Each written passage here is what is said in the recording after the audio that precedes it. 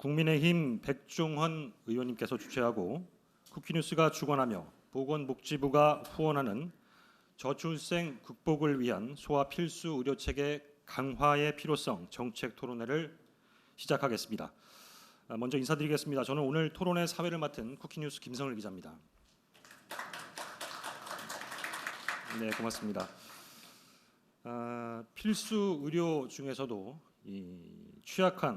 여건이 취약한 분야로 꼽히는 게 이 소아과, 소아청소년과입니다. 당장 의료진이 부족해서 병의원이나 또 종합병원에서 진료 순환이 원활하지가 못합니다. 아예 진료가 막혀 있는 곳들도 있고요. 더불어 의사들의 기피 현상도 좀 심화된 상황입니다. 응급 환자 같은 경우에는 특히나 자칫 골든 타임이 놓칠 수도 있다, 이런 우려가 나타나는 상황이기도 하고요. 사안이 심각한 만큼 정부가 지난달 22일 소아의료체계 개선책을 내놓았습니다. 의료 인프라 확대 등의 내용을 담았습니다. 오늘 이 자리에서도 정부 정책과 관련된 얘기들이 오갈 것으로 보입니다. 정부 또 의료계 등 여러 전문가분들을 모시고 오늘 정책 토론회를 진행해 보도록 하겠습니다. 자, 내빈 여러분들을 잠깐 소개해 드리겠습니다. 먼저 오늘 토론회를 주최하신 국민의힘 백종원 의원님 함께 하십니다.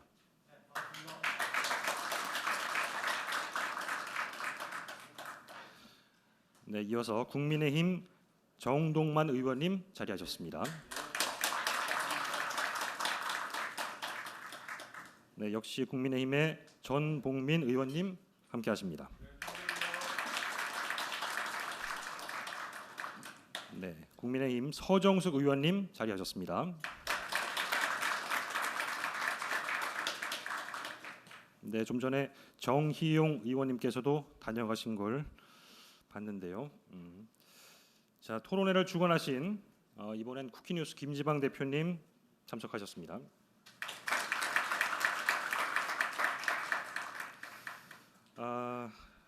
인사 말씀 차례로 들어보도록 하겠습니다. 먼저 국민의힘 백종원 의원님 앞으로 모시겠습니다. 네, 박수로 맞아주시기 바랍니다. 네, 여러분 대단히 반갑습니다. 국민의힘 부산 금정구 국회의원 백종원입니다. 저출산과 고령화로 인구 절벽이 본격화되며 지구상에서 가장 먼저 소멸될 나라로 대한민국이 지목되고 있는 현 시점에 저출생 극복을 위한 소아 필수 의료체계 강화의 필요성 정책 토론회를 개최할 수 있게 되어 감사함을 이 자리에서 말씀드리겠습니다.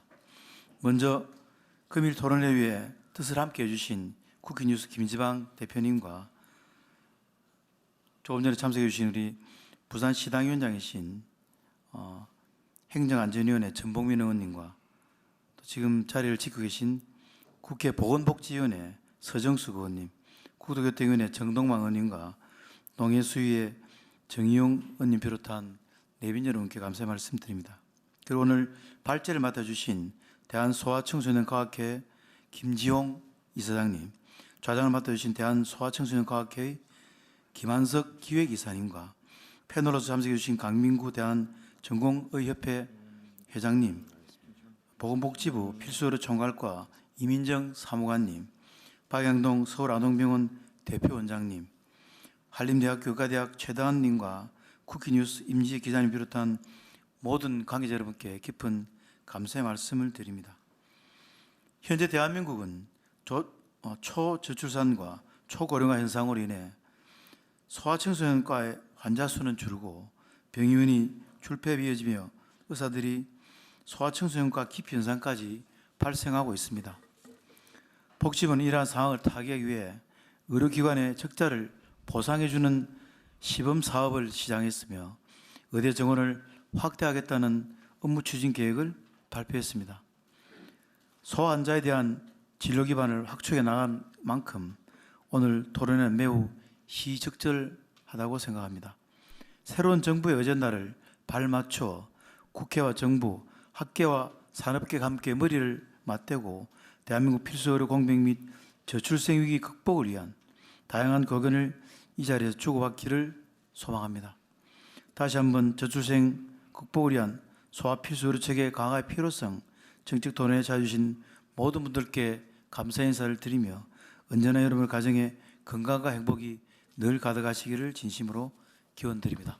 감사합니다.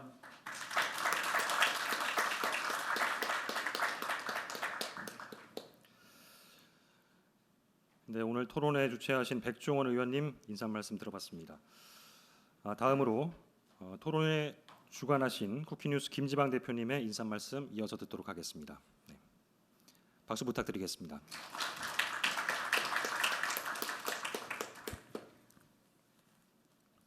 예, 안녕하세요. 쿠키뉴스 김지방 대표입니다. 오늘 주제가 참 정말 중요하다고 생각을 해서 백 의원님과 함께 이렇게 행사 준비하게 됐는데요. 또 여당에서 이렇게 많은 의원님들 찾아오셔가지고 관심 보여주셔서 참 감사합니다. 이 주제가 얼마나 중요한지 또 얼마나 시급한지 잘 알고 계신 것 같아가지고 한편으로는 감사하고 오늘 자리에서 또 좋은 대책이 나왔으면 좋겠습니다. 제가 어릴 때 동네 소아과 병원에 굉장히 자주 왔습니다. 어릴 때 몸이 약해가지고 그 어머니께서 저 손잡고 이렇게 병원에 자주 갔었는데, 근데 어릴 때 병원에 자주 가면 커서 병원에 안 간다고 그러더니 정말 제가 고등학생 이후에는 어디 축구하다가 다쳤을 때 이럴 때 말고는 병원에 거의 안 갔었거든요. 어릴 때 참 제가 애를 키워보니까 또 소아과 병원이 얼마나 중요한지 제가 클 때나 우리 아이 키우면서 정말 절감했는데, 소아과 병원이 찾기가 어렵다는 게 뭐 먼데 얘기가 아니고 바로 서울에서도 지난 주말에 어느 판사님께서 의정부 지원에 계신 판사님께서 아이가 아파가지고 주말에 응급실을 가는데 소아과 응급실이 없어서 의정부에서 연건동 서울대병원까지 왔다 그러더라고요. 깜짝 놀랐습니다. 바로 우리 곁에서 지금 벌어지고 있는 일이고 또 우리의 미래를 준비해야 되는 일이어서 정말로 중요하고 시급한 일이라고 생각합니다. 오늘 이 자리 많은 분들 함께해 주셔서 감사하고요. 또 소아청소년 학회 이사장님 비롯해서 또 모든 분들 오늘 패널로 참석하신 분들 너무나 감사합니다. 저희가 잘 듣고 이 문제 오늘 행사뿐만 아니라 앞으로 저희가 언론인으로서 계속 관심 가지고 열심히 취재해서 이 문제가 개선될 수 있도록 저희도 함께 힘을 보태서 노력하겠습니다. 함께해 주셔서 감사합니다.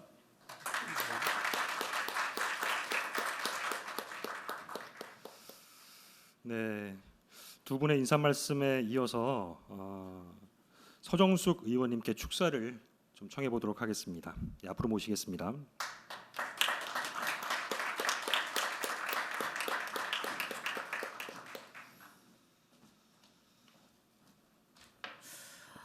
반갑습니다. 저출생 극복을 위한 소아 필수 의료 체계 강화 방안을 논의하는 자리, 정말 아주 우리 국가적으로도 시급하고 정말 우선되는 과제라 생각합니다. 우리 백종원 보건복지에서 같이 활동한 백종원 의원님께서 쿠키뉴스와 함께 좋은 주제로 이런 토론회를 열어주셨는데요. 저도 필수 의료 체계 강화에 대해서 몇 달 전에 또 의료계 분들과 토론회를 한 바 있는데, 저출생 극복이라는 아젠다가 여러 사회 모든 분야에 걸쳐져 있는 것 같습니다. 젊은이들의 주거 복지라든지 또 일자리 안정이라든지 또 그런 걸 거쳐서 또 출생한 아기가 때로는 희귀 질환에 노출된다든지 또 가까운 곳에서 소아청소년과의 혜택을 보지 못할 경우 정말 우리 사회는 이제 OECD 꼴찌 저출생 국가로서 0.7에서 또 그것도 뭐 서울은 0.59라 하더라고요. 진짜 곤두박질 칠 것 같습니다. 정말 위기 상황인 것 같습니다.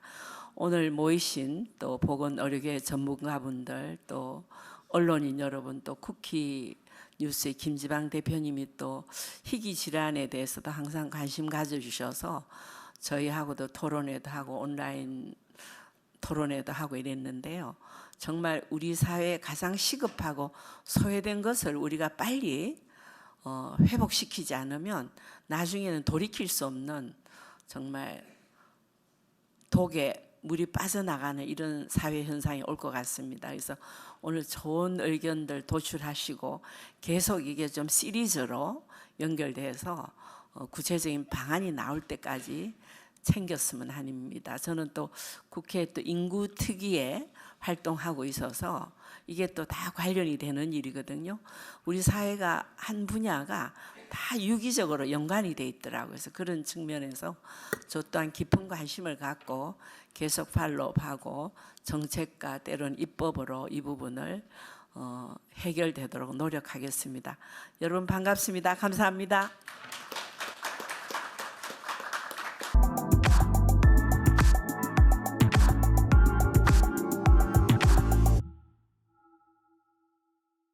네, 안녕하십니까. 대한소아청소년과학회 이사장을 현재 맡고 있는 현재 저도 연세대학교 의과대학 강남세브란스병원에서 또 의사로서 일을 하고 있습니다. 오늘 이 소아 의료 체계의 위기 현황에 대해서 다시 한번 말씀을 드리고 또 개선 대책을 논의할 수 있는 그런 좋은 자리를 만들어 주신 백종원 의원님과 또 김지방 대표님 감사드립니다. 먼저 저희 잘 아시겠지만 현황을 조금 말씀을 드리고 시작하겠습니다. 지금 저희가 소아청소년과가 사실은 뭐 코로나 이전까지 2018년도 말까지 크게 외부적으로 변화 상황이 없이 유지가 되어온 건 사실입니다. 근데 이 지금 위쪽은 평온하게 보이지만 아래쪽에 이제 이런 큰 무거운 짐들을 지고 있었던 거죠. 초조 출산이 점점 심해지고 있었고, 그다음에 이런 건강보험이 행위별 수가라 보니까 시간에 대한 보상 개념이 거의 없습니다. 소아청소년과는 비보험도 없고, 그러니까 노동에 대한 어떤 그런 노력에 대한 보상이 굉장히 미약한 상황에서 결국은 대량 진료 한 타임에 개원 선생님들은 한 80명, 100명씩 보셔야 되고, 심지어 대학병원에서 중환을 보시는 교수님들도 한 타임에 5, 60명을 봐야 이게 유지가 되는 그런 좀 기이한 현상으로 어떻게 보면 몸으로 때우면서 겨우겨우 유지해 왔던 것 같습니다. 그리고 이러한 것들이 이제 서서히 기울어가고 있을 때 그거를 아주 급격하게 변화를 일으킨 것이 코로나였습니다. 왜냐하면 그 소통이 없어지면서 이 진료량이 갑작스럽게 한 30%, 40% 줄어들면서 이러한 현상들이 갑자기 이 수면 위로 돌출이 되게 됐습니다. 대량 진료로 보전이 됐던 그런 것들이 이제 보정이 안 되니까 문제가 됐습니다. 근데 제일 먼저 문제가 된 것은 1차 진료가 문제가 됐고요. 그래서 개원이 거의 첫 한 해 동안은 거의 철시 상태로 망가졌고요. 이제 그런 상황을 보면서 전공의들은 어려운 과정을 겪어야 되고 또 자기 그 희생을 해야 되는데 미래가 분명치 않으니까 사실은 이렇게 미래 비전에 대한 상실감이 커서 아마도 이제 지원이 격감하기 시작했고요. 지금 저희는 이제 이게 기피라는 단어를 쓰기보다는 거의 탈출에 가까운 현상이다. 이렇게 지금 좀 심각하게 보고 있습니다. 그러다 보니까 이게 전공의만이 모든 그런 3차 병원이나 거기에 모든 의존하는 건 아니지만 굉장히 중요한 주축을 하고 있던 그런 전공의 인력이 인력 분포가 깨지다 보니까 3차 진료도 자연적으로 축소될 수밖에 없던 상황이었습니다. 전공의가 이게 줄어들기 시작한 건 2019년도부터인데요. 그게 2018년 말부터 줄어들기 시작했습니다. 그래서 코로나가 되면서 급작스럽게 30%대로 줄어들었고요. 그래서 2019년도에 소아청소년과 학회에서는 코로나가 시작되기 전에 이미 이런 이제 여러 가지 문제들이 수면 밑에 있던 것들이 올라오고 있구나 하는 거를 감지를 하고 빨리 그 체질 변화를 해야 된다. 그 중에 하나가 소아청소년과가 이제는 질병 중심에서 중재 중심으로 바뀌어야 된다. 대량 진료로는 도저히 저출산 시대에 살아남을 수도 없고 또 국가 소아청소년 건강에 이바지하는 공헌도도 떨어질 수밖에 없습니다. 그래서 이러한 패러다임의 전환을 말씀을 드렸고, 그다음에 소아청소년 건강관리제를 검진 체계를 개편하자. 그리고 만성질환 관리로 이런 것에 소아청소년과 의사들이 좀 더 이제 주력을 하고 이걸로 1차 진료가 유지가 돼야 되겠다. 이렇게 말씀을 드렸고요. 그다음에 이제 3차 진료에서는 전문의 호스피탈리 지금 전담 전문이라고 하는 거 저희가 2018년도 말에 벌써 주장을 했습니다. 이거 빨리 가야 된다. 그래서 전문의는 보건의료의 인프라 역할을 해야 되지. 이제는 이 소아청소년 필수 진료는 시장 논리로 도저히 생존할 수가 없습니다. 왜냐하면 같은 일을 하는데 들어가는 인력의 소모량이 많기 때문에 원가를 비교할 수가 없는 거죠. 그래서 이제는 국가가 보호해야 되는 그런 보호하되 소아청소년과 의사들은 국가의 어떤 보건 인프라 역할을 하면서 같이 공존해야 되지 않을까 하는 생각을 했었습니다. 이제 그 이후에 초조 출산과 초조숙과 지금 보시면 상대가치 총점도 저희가 제일 낮은 그래서 수익이 가장 낮다는 거죠. 그래서 소아청소년과 1차 진료가 붕괴돼서 첫 해에는 이렇게 폐업이 급증을 했었고요. 그다음에 이제 진료량 감소가 코로나를 지나면서 보니까 처방 건수는 50%, 처방액이 25% 감소됐다는 그런 게 있었습니다. 또 한 가지가 이제 이대 목동에서 나왔듯이 물론 뭐 의료진의 전혀 과실이 없었다고 할 수는 없겠지만 그런 것들이 전부 아주 단순하게 모든 그 개인의 책임으로 다 넘겨져서 전공의까지 그 구속이 되는 그런 현상이 생기면서 또 이런 여러 가지 어려움에 겪는 전공의들의 문제가 나오면서 점점 더 이제 전공의들이나 학생들이 볼 때 너무 이제 힘들어지는 과로 인식이 됐습니다. 그래서 지금 이게 이번에 판결이 나긴 했지만 사실 이걸로 받은 상처는 굉장히 크다 할 수 있겠습니다. 나중에 말씀드리겠지만 여기에 대한 어떤 보완책이 이번에 조금 나오기 시작한 거는 굉장히 다행스럽다고 생각합니다.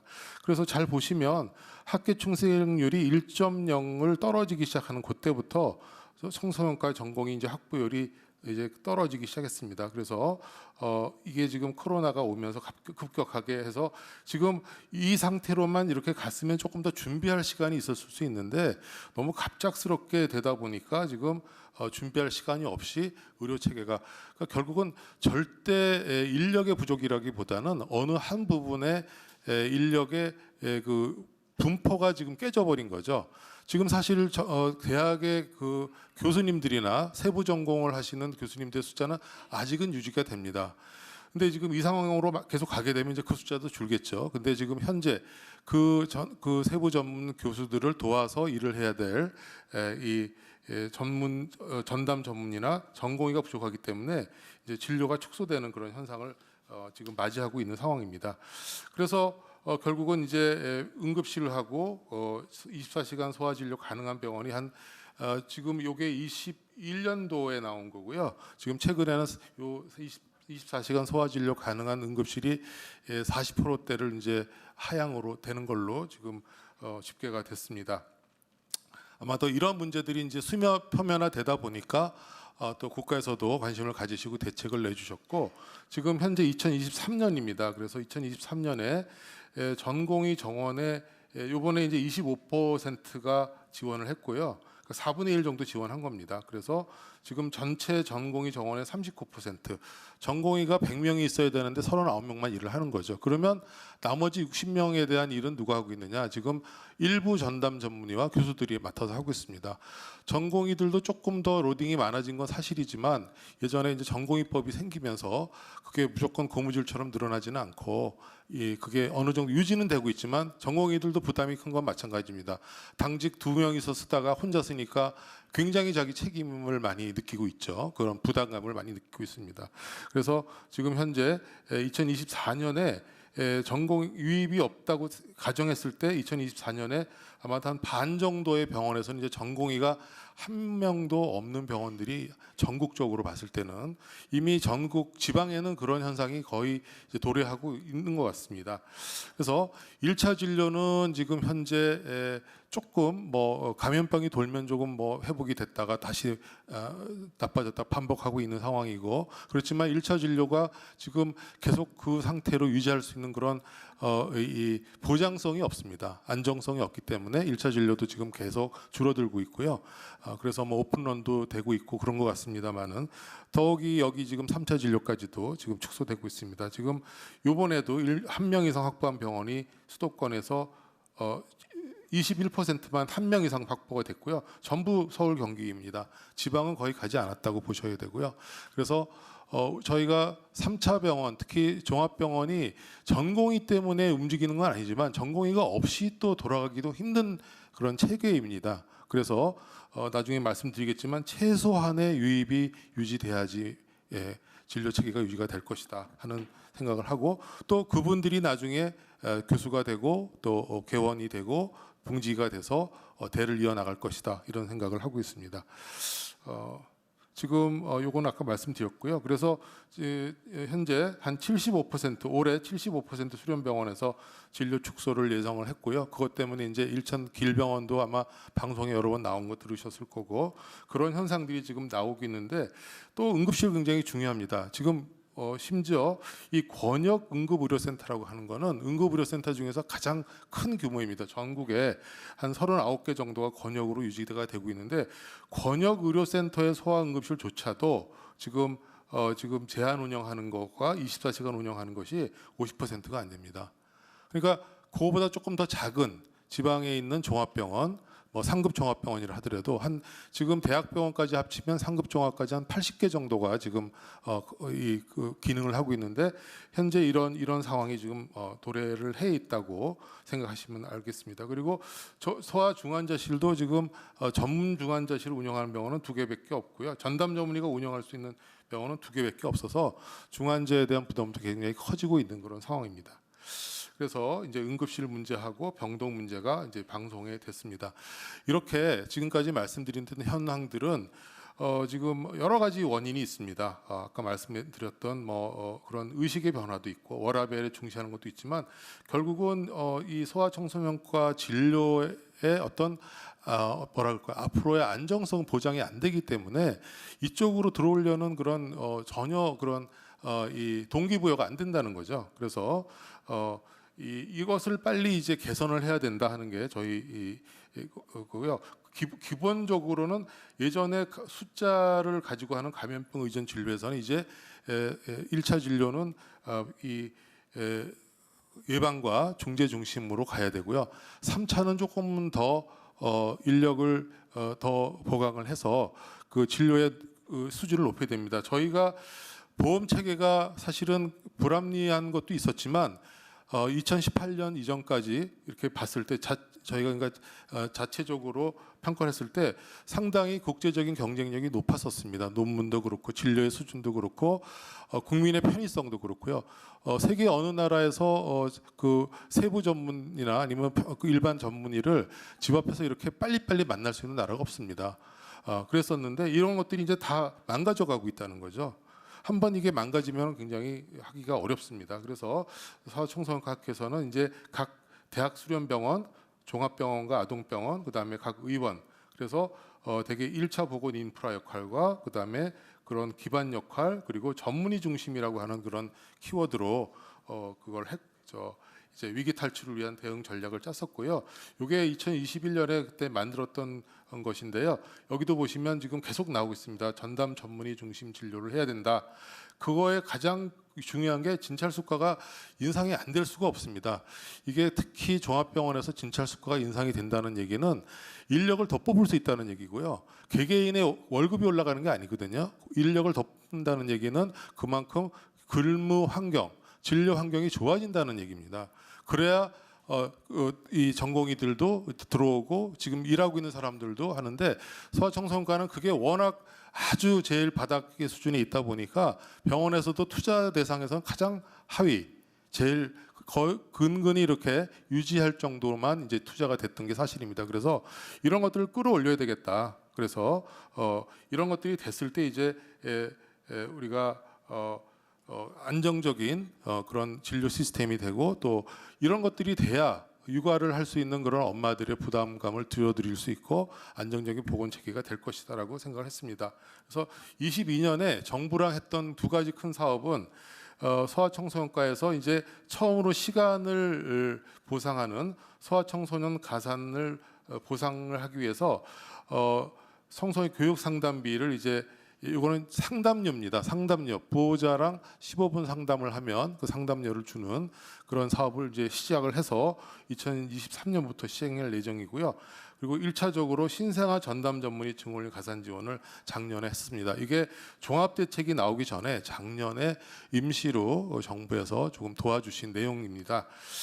그리고 이제 필수 의료에 대한 이런 이제 관심이 굉장히 살아나기 시작해가지고 했고, 그다음에 저희가 이런 전문의 중심 진료를 빨리 갖춰야 되겠다 하기 때문에 전문의 중심 진료에는 처음에 이제 신생아 중환자실에 대한 것을 요청을 해서 파란색은 지금 어느 정도 이제 시작이 될 가능성이 있는 것입니다. 그래서 신생아 중환자실 전담 전문의 이제 올해 작년에 시작이 됐고요. 그다음에 지금 이번 전담 전문의에 대한 소아 가산 요번에 이제 대책에 요게 언급이 되기 시작했습니다. 그리고 고용 지원도 해달라고 말씀을 드렸는데 이건 아직 시행이 안 됐고요. 그다음에 이번 전담 전문의가 일을 할 수 있는 병원들에 대해서는 평가를 후하게 줘야 되지 않느냐.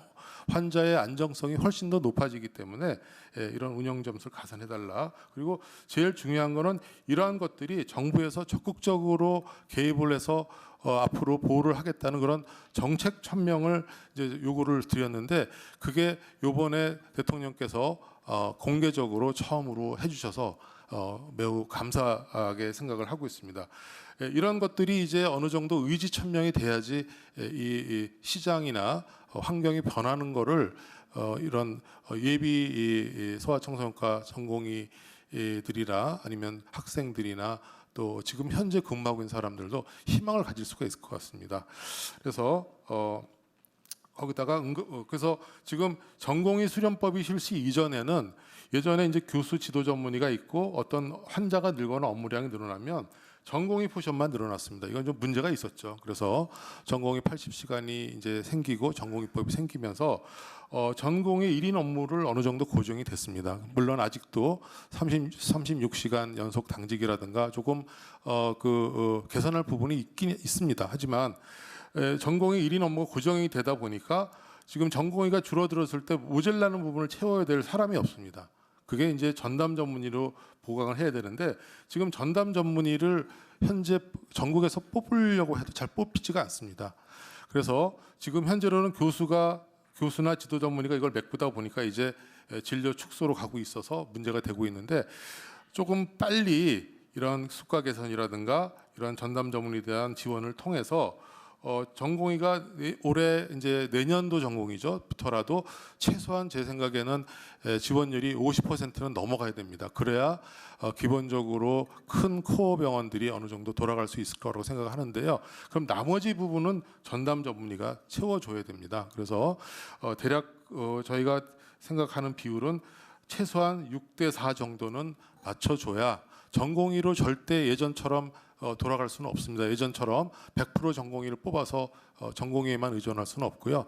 전공의의 부담도 줄여드려야 되고 그다음에 이 변화에 안정적으로 대처하려면 전담 전문의 중심 제대로 가야 됩니다. 그래서 이게 이제 전담 전문의가 있게 되면 책임 부담도 감소가 되게 되겠죠. 그래서 중화에 대한 책임 부담도 감소가 돼서 이러한 형태로 이제 유지가 돼서 교수는 교육과 그다음에 세부 전문에 해야 되는데 지금 이게 이제 얼마나 빨리 되느냐. 제가 보기에는 일로 갈 수 있는 그런 골든 타임이 올해가 굉장히 중요합니다. 왜냐하면 올해까지도 지금 이제 질 확보율이 이렇게 25% 밑으로 떨어지게 되면 그 다음부터는 어떤 재원이나 이런 걸 투입을 해도 그걸 일을 할 수 있는 사람이 올라올 수 있는 그런 이 풀이 없습니다. 인력 풀이 지금 다 말라버리기 때문에 그래서 빨리 지금 이런 여러 가지 제도가 개선이 되고 있지만 속도와 강도가 지금 좀 늦은 게 지금 가장 큰 문제인 것 같습니다. 그래서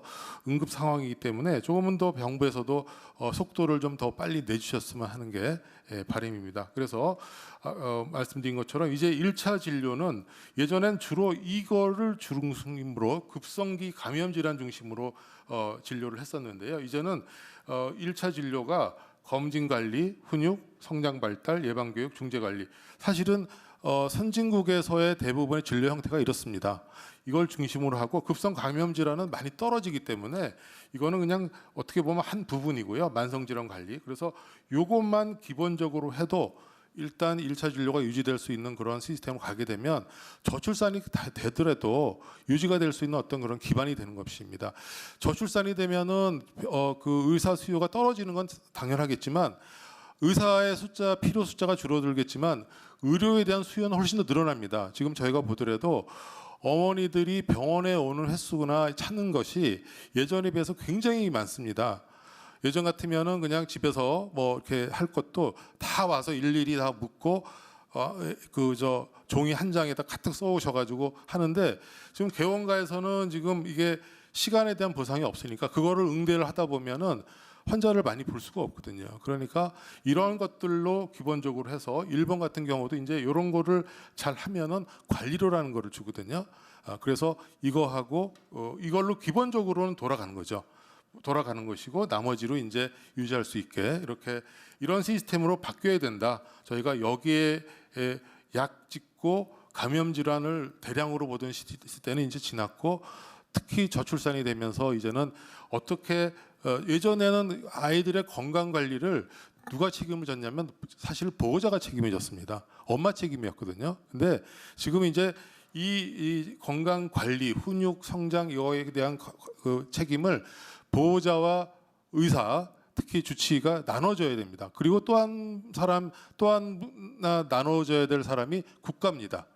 국가와 보호자와 그다음에 그래야 부모들이 아이들을 키울 때 부담감을 줄이고 출산에 대한 두려움이 적어지게 되겠죠. 그래서 지금 이런 1차 진료 패러다임이 빨리 바뀌어야 된다.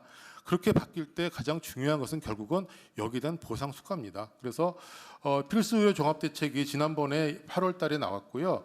이게 이제 12월 8일 날에 필수 의료 소아 청소년과만 아니고 전반적인 대책이 나왔는데 사실은 이때만 하더라도 소아 분야에 대한 대책이 좀 미약했던 건 사실입니다. 그래서 저희들이 이 소아 분야에 대한 이제 그런 것을 다시 또 건의를 드렸고요. 그래서 여기 보시면은 계속 같은 말이 나옵니다.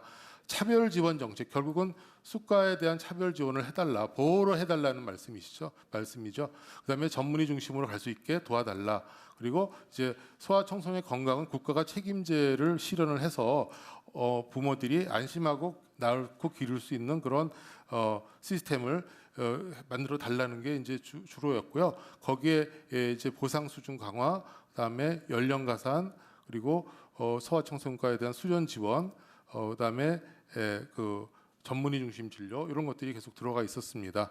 그다음에 이제 또 한 가지가 필수 의료 지원 정책을 시행할 전담 부서를 좀 마련해달라. 지금은 복지부에도 여러 부서가 있으셔가지고 지금 필수 진료팀이 이번에 새로 생겨서 해주고 계시지만 사실 복지부에 이 한 가지 일을 하려면 적어도 4-5개의 부서가 모여야 됩니다. 그래서 이런 것을 이제 저희가 요청을 했었고요. 한번 예상을 해보니까 저희가 입원 진료 연령 가산을 하려면 한 어느 정도 들 것인가 했더니 100% 가산하는데 이건 종합병원만입니다. 종합병원만 계산했을 때는 한 1년에 한 650억 정도가 들어갑니다. 그래서 사실은 이게 정확한 추계는 아니고요. 저희가 그냥 간접적인 추계인데 복지부에서 다른 과 간의 어떤 파이 게임을 하지 않고도 지원할 수 있는 어떤 여력은 어느 정도 있다고 하시더라고요. 그래서 이런 것들을 좀 빨리 좀 투입을 해주셨으면 하는 게 저희 바람이고요. 소아의료 개선 대책을 이번에 이제 2월 22일 날 하셨는데 제가 생각하기에는 이런 구체적인 어떤 지원의 강도하고 시간이 조금 명확하게 아직까지는 나오지 않아서 좀 아쉽긴 하지만 굉장히 이런 우리가 필요한 아이템들을 잘 구성을 해 놓으신 것 같다. 다만 계속 강조드리지만 이게 효과가 없는 정도의 찔끔찔끔 지원을 해가지고는 사실은 시간을 넘길 수밖에 없습니다. 그래서 지금 저희가 이제 제안문을 이번에 발표하면서 이런 그 지원 발표에 대해서 저걸 했었는데요, 평가를 했었는데 대통령께서 말씀하신 그 4가지 그 중요한 사항이 소아 청소년 진료 시스템 회복을 최고 우선순위에 두고 안심할 수 있는 소아 의료 체계를 확보하라. 그다음에 아이들 치료에, 그러니까 소아 청소년 치료에는 추가로 들어가는, 이게 이제 노동 강도가 많기 때문에 더 보상을 해야 된다는 거죠. 그 투입 비용을 감안해서 적정 수가 보상을 하라. 그리고 소아 필수 의료 분야로 인력 유입이 지금 안 되고 있다. 전공의도 그렇고 지금 교수들도 그렇고 이 전담 전문의도 그렇고 투입이 잘 안 되고 있습니다. 그래서 이러한 것들이 이제 만약에 건강보험 재정이 모자라면 정부 재정까지도 어느 정도 도와줄 수 있다라는 그런 굉장히 강력한 말씀을 해주셔서 저희들로서는 굉장히 감사하게 생각을 하고 있고요. 복지부에서도 조금 더 이제 사업 추진에 힘을 받지 않을까 생각합니다. 그래서 이러한 수가라고 하는 것이 물론 이게 이제 어느 정도 선에서는 또 국민의 부담으로 또 들어갈 수도 있기 때문에 저희들로서는 지금 예전에 소아청소년과가 가지고 있던 그런 총액이 있습니다. 급여 총액, 급여에서 가져가던 총액 정도, 그 총액에서 지금 거의 한 30-40%가 떨어진 거거든요. 그러니까 최소한 더 늘리지는 못하더라도 그 정도라도 지금 다시 확보를 좀 빨리 해주시는 게, 그렇게 되면은 더 추가적인 예산의 어떤 그런 그것도 없이도 가능하지 않을까 하는 생각을 해서 건의를 하고 있습니다. 그래서 지금 각 나온 거를 보면 이제 적정 수가에 대한 건데 지금 아까 말씀드린 대로 적정 수가는 인력 확보가 지금 제일 목적입니다. 인력 확보를 해서 환경 개선을 해야 되고요. 그다음에 이게 지금까지 수가 인상이 있어 왔지만 조금씩 효과가 없었던 것은 잘못된 것이 아니라 부족해서인 것 같습니다. 저희 생각은요. 그래서 조금 이번에는 인상 강도를 확실하게 좀 효과가 나올 때까지 좀 해주셨으면 좋겠다 하는 거고요. 나머지 이제 전문의 진료나 이런 것들이 집행 강도와 시간을 좀 땡겨줬으면 하는 게 지금 학회에서 보는 그런 개선 대책의 가장 중요한 문제일 것 같습니다. 그리고 입원 진료에 대한 가산도 빨리 진행될 것 같습니다. 그리고 이제 중증 의료의 강화가 지금 이번에 대책에서 상급 종합병원의 책임을 굉장히 강화했거든요. 상급 종합병원이 이걸 못하면 상급 종합병원에서 떨어뜨리겠다 하는 그런 책임 강화를 했는데 이런 상급 종합의 책임 강화만 가지고는 사실 유지하기가 어렵습니다. 그래서 책임을 부여하되 어떤 어떤 정부의 후속적인 지원이 같이 평행해서 가야 되지 않을까 생각을 하고요. 이런 상급 종합병원의 책임만 부여하다 보면 서울로 또 전담 전문의들이 몰리게 되면 지방은 더욱 구인난에 해서 공동화가 심해질 수도 있다는 그런 어떤 풍선 효과도 고려를 해서 굉장히 조심스럽게 진행해야 될 거라고 생각을 하고요. 지금 어린이 공공전문센터라고 하는 그런 전국의 어린이병원 지금 한 12개 정도 있는데요. 거기가 지금 우선 적자 보상을 하는 걸로 이번에 정책이 나왔는데, 사실은 지금 현재 진료 현장의 어려움은 그거보다 조금 더 낮은 단계에 있는 상급 종합병원이나 대학병원에서 문제가 되고 있기 때문에 전공의 유입 정상화까지는 이런 기본적인 어린이 공공전문센터 증설은 진행을 하되 지금 거주지 중심의 병원에 조금 더 빠른 투입을 좀 해주셨으면 좋겠다. 그리고 이번에 소아암 특수질환 지방거점 확충도 시설 확충을 하시겠다고 했는데 인력에 대한 문제가 없습니다. 그래서 저희는 이렇게 인력 확보의 기본 여건을 정해서 교원이 2명 이상, 전담 전문의 간호사가 이렇게 같이 이렇게 어떤 패키지로 가는 대책이 있어야 지방에 있는 환자들이 수도권으로 장거리 이동하지 않고 해결되지 않을까 생각을 하고 있습니다. 그다음에 이제 소아의료의 사각지대 개선에서 이제 야간과 1차 진료 활성화를 해서 야간의 개원의 진료를 좀 더 활성화하겠다 했는데, 이것도 역시 지금까지 달빛병원이 있었지만은 그런 충분하지 못한, 인건비를 쓰려면 혼자 할 수 있는 게 아니라 이제 옆에 같은 간호사도 같이 해야 되는데 달빛병원의 실패가 지금 현재는 현실을 따라가지 못하는 그런 보상에 있다고 지금 생각을 합니다. 그래서 일본 같은 경우는 휴일과 심야 가산이 지금 보통 3배부터 5배 이렇게 됩니다. 평상시의 수가에. 그래서 그런 휴일과 심야 가산을 아주 하고, 그래서 휴일과 심야에 환자들이 훨씬 더 개원이나 1차 진료에 쉽게 접근할 수 있도록 지금 돼 있는 상황입니다. 그리고 24시간 상담센터는 이게 비대면 진료를 하는 것이 아니고 주로는 적정 시간 내에 대면 진료 안전하게 받을 수 있는 도우미 역할을 해야 되는데 잘못해서 비대면 진료가 되다 보면은 소아의 특성상 사고의 위험이 있습니다. 그래서 저희들은 이거를 조금 더 신중하게 시행을 하되 대면 진료를 보완하는 그런 방법으로 하는 게 좋겠다라고 의견을 드렸습니다. 그리고 필수 의료의 인력 유입으로 전공의 인력을 유입에 위해서는 제일 중요한 게 근무 여건의 개선이고 그다음에 이러한 의료 사고의 부담 하나도 굉장히 중요한 유입 동기입니다. 그래서 전담 전문의를 확충하는 것은 나중에 진료의 다양성도 제공할 수가 있지만 그다음에 전공의들의 책임 부담을 많이 줄여줄 수 있는 그런 한 가지 또 좋은 그런 대안이 될 수가 있을 것 같습니다. 그리고 이런 모든 지원 체계는 지금 아무리 좋은 대책이 나와도 지방으로 가지 않으면 이게 안 되기 때문에 지방으로 가는 것에 대해서는 훨씬 더 차별적인 가산이 좀 추가돼야 되지 않겠냐 하는 생각을 해봤습니다. 마지막으로 이번에 이제 의대 정원이라는 문제가 나왔습니다. 그래서 의대 정원을 늘리면 좋아지지 않겠느냐 했는데 지금 저희가 생각하는 그 현재 소아 필수 의료는 지금 이 기울어진 운동장과 같습니다. 그러니까 여기에 인력을 투입해서 물론 이런 비필수 의료라고 뭐 그냥 얘기를 하면 여기에 또 인력이 필요하기 때문에 만약에 이쪽으로 인력을 쏟아 부으면 이렇게 낙수 효과로 가지 않겠느냐 하는 얘기를 하시지만 이게 지금 이런 상황에서 수요 조사가 돼 있는 거거든요. 그러니까 지금 제안은 이런 기울어진 운동장의 기울기를 어느 정도 다시 보정을 한 상태에서 여기에는 이제 여러 가지 상대 가치도 있고요. 이런 중앙 부담이라든가 또 이쪽에 대한 메리트를 조금 더 보상을 해주는 거죠. 그래서 운동장 기울기를 맞춰놓은 다음에 다시 한번 산정을 했는데 그래도 만약에 부족하다. 그러면 그때는 당연히 늘려야 되겠죠. 그때는 반대하지 않겠습니다. 그래서 이게 지금 외국의 푸마라고 하는 회사에서 실제로 만들어놓은 운동장입니다.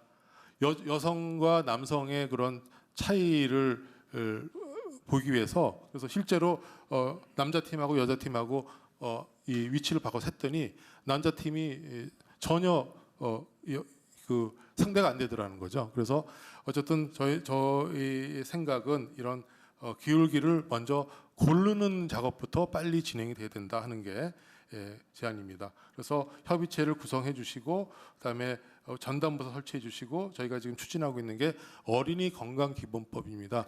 국가에서 이러이러한 것들은 반드시 갖추고 해야 된다는 그런 지금 단일화된 법이 없습니다.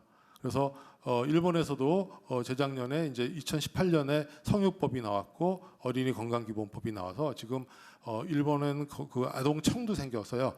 그런 것들이 모두 단일화된 법에 의해서 지금 진행이 되어 가고 있습니다. 그래서 정리를 하면 소아 청소년과의 인력이 안정적인 유입이 달성될 때까지 필수 진료는 보호받아야 된다는 생각입니다. 그래서 보상을 강화를 해주시는 게 바람이고요. 그다음에 이제 필수 의료 전공의의 수련 지원을 좀 더 적극적으로 해주시고, 그다음에 이제 이런 전담 전문의가 증가되는 거는 나중에 그 소아청소년 그 전문의 진료 확보에도 도움이 되기 때문에 전담 전문의 진료를 좀 더 빨리 확대해 주십사 하는 거고요. 그다음에 24시간 전문의 진료 체계를 위해서 재정 지원을 해주셔야 될 것 같고, 그다음에 이런 것들은 전공의 부담이 감소가 되고 이런 환경 개선에 효과가 있을 것 생각합니다. 마지막으로는 이제 1차 의료 안정화가 굉장히 중요한데요. 예방 중재 중심의 이런 보건 인프라 역할이 가능하도록 개편이 되면 이것이 지금 전공의나 의료 인력이 유입되는데 가장 중요한 유입 요소 중에 하나입니다. 지금 저희는 개원이 80%, 그 봉지기가 20%였는데요. 지금 이제 선진국, 저출산의 선진국들은 대부분 반대가 돼서, 그러니까 지금 개원이나 보다는 개원은 이제 어느 정도 조정이 되어 갈 것이고, 그렇지만 그 개원가가 1차 진료가 안정적으로 유지될 수 있도록 도와주는 것이 이제 전공의들이나 의료 인력을 유입하는 데 굉장히 중요한 동기부여가 된다는 것을 좀 같이 알아주셨으면 합니다. 그래서 지금 이런 굉장히 비셔스 사이클의 악순환을 하고 있습니다. 초저출산과 또 진료 환경 변화, 그다음에 1차 진료와 이런 지역 인프라가 소멸되고 있고 3차 진료가 붕괴되고 있고 이러한 악순환이 되고 있는데 이걸 끊을 수 있는 건 역시 국가가 할 수밖에 없겠죠. 여기서 국가의 보건 정책이 국가 책임제와 그다음에 이런 보건 환경 구축을 위한 국가의 정책적인 또 속도감 있는 강도 높은 지원을 해주시고 학회에서도 이러한 것들을 적극적으로 도운다면 조금 더 빠른 시간 내에 안정화가 되지 않을까 생각을 합니다. 네, 간단하게 조금 시간이 더 예상보다 넘었습니다. 죄송합니다. 또 현장에서 필요한 보완점을 피력해 주셨습니다. 감사합니다. 발제에 이어서 이번 정책 토론회 패널분들 모시고 토론을 이제 진행할 텐데요. 토론을 위해서 10분간 자리를 좀 정리한 뒤에 이어가도록 하겠습니다.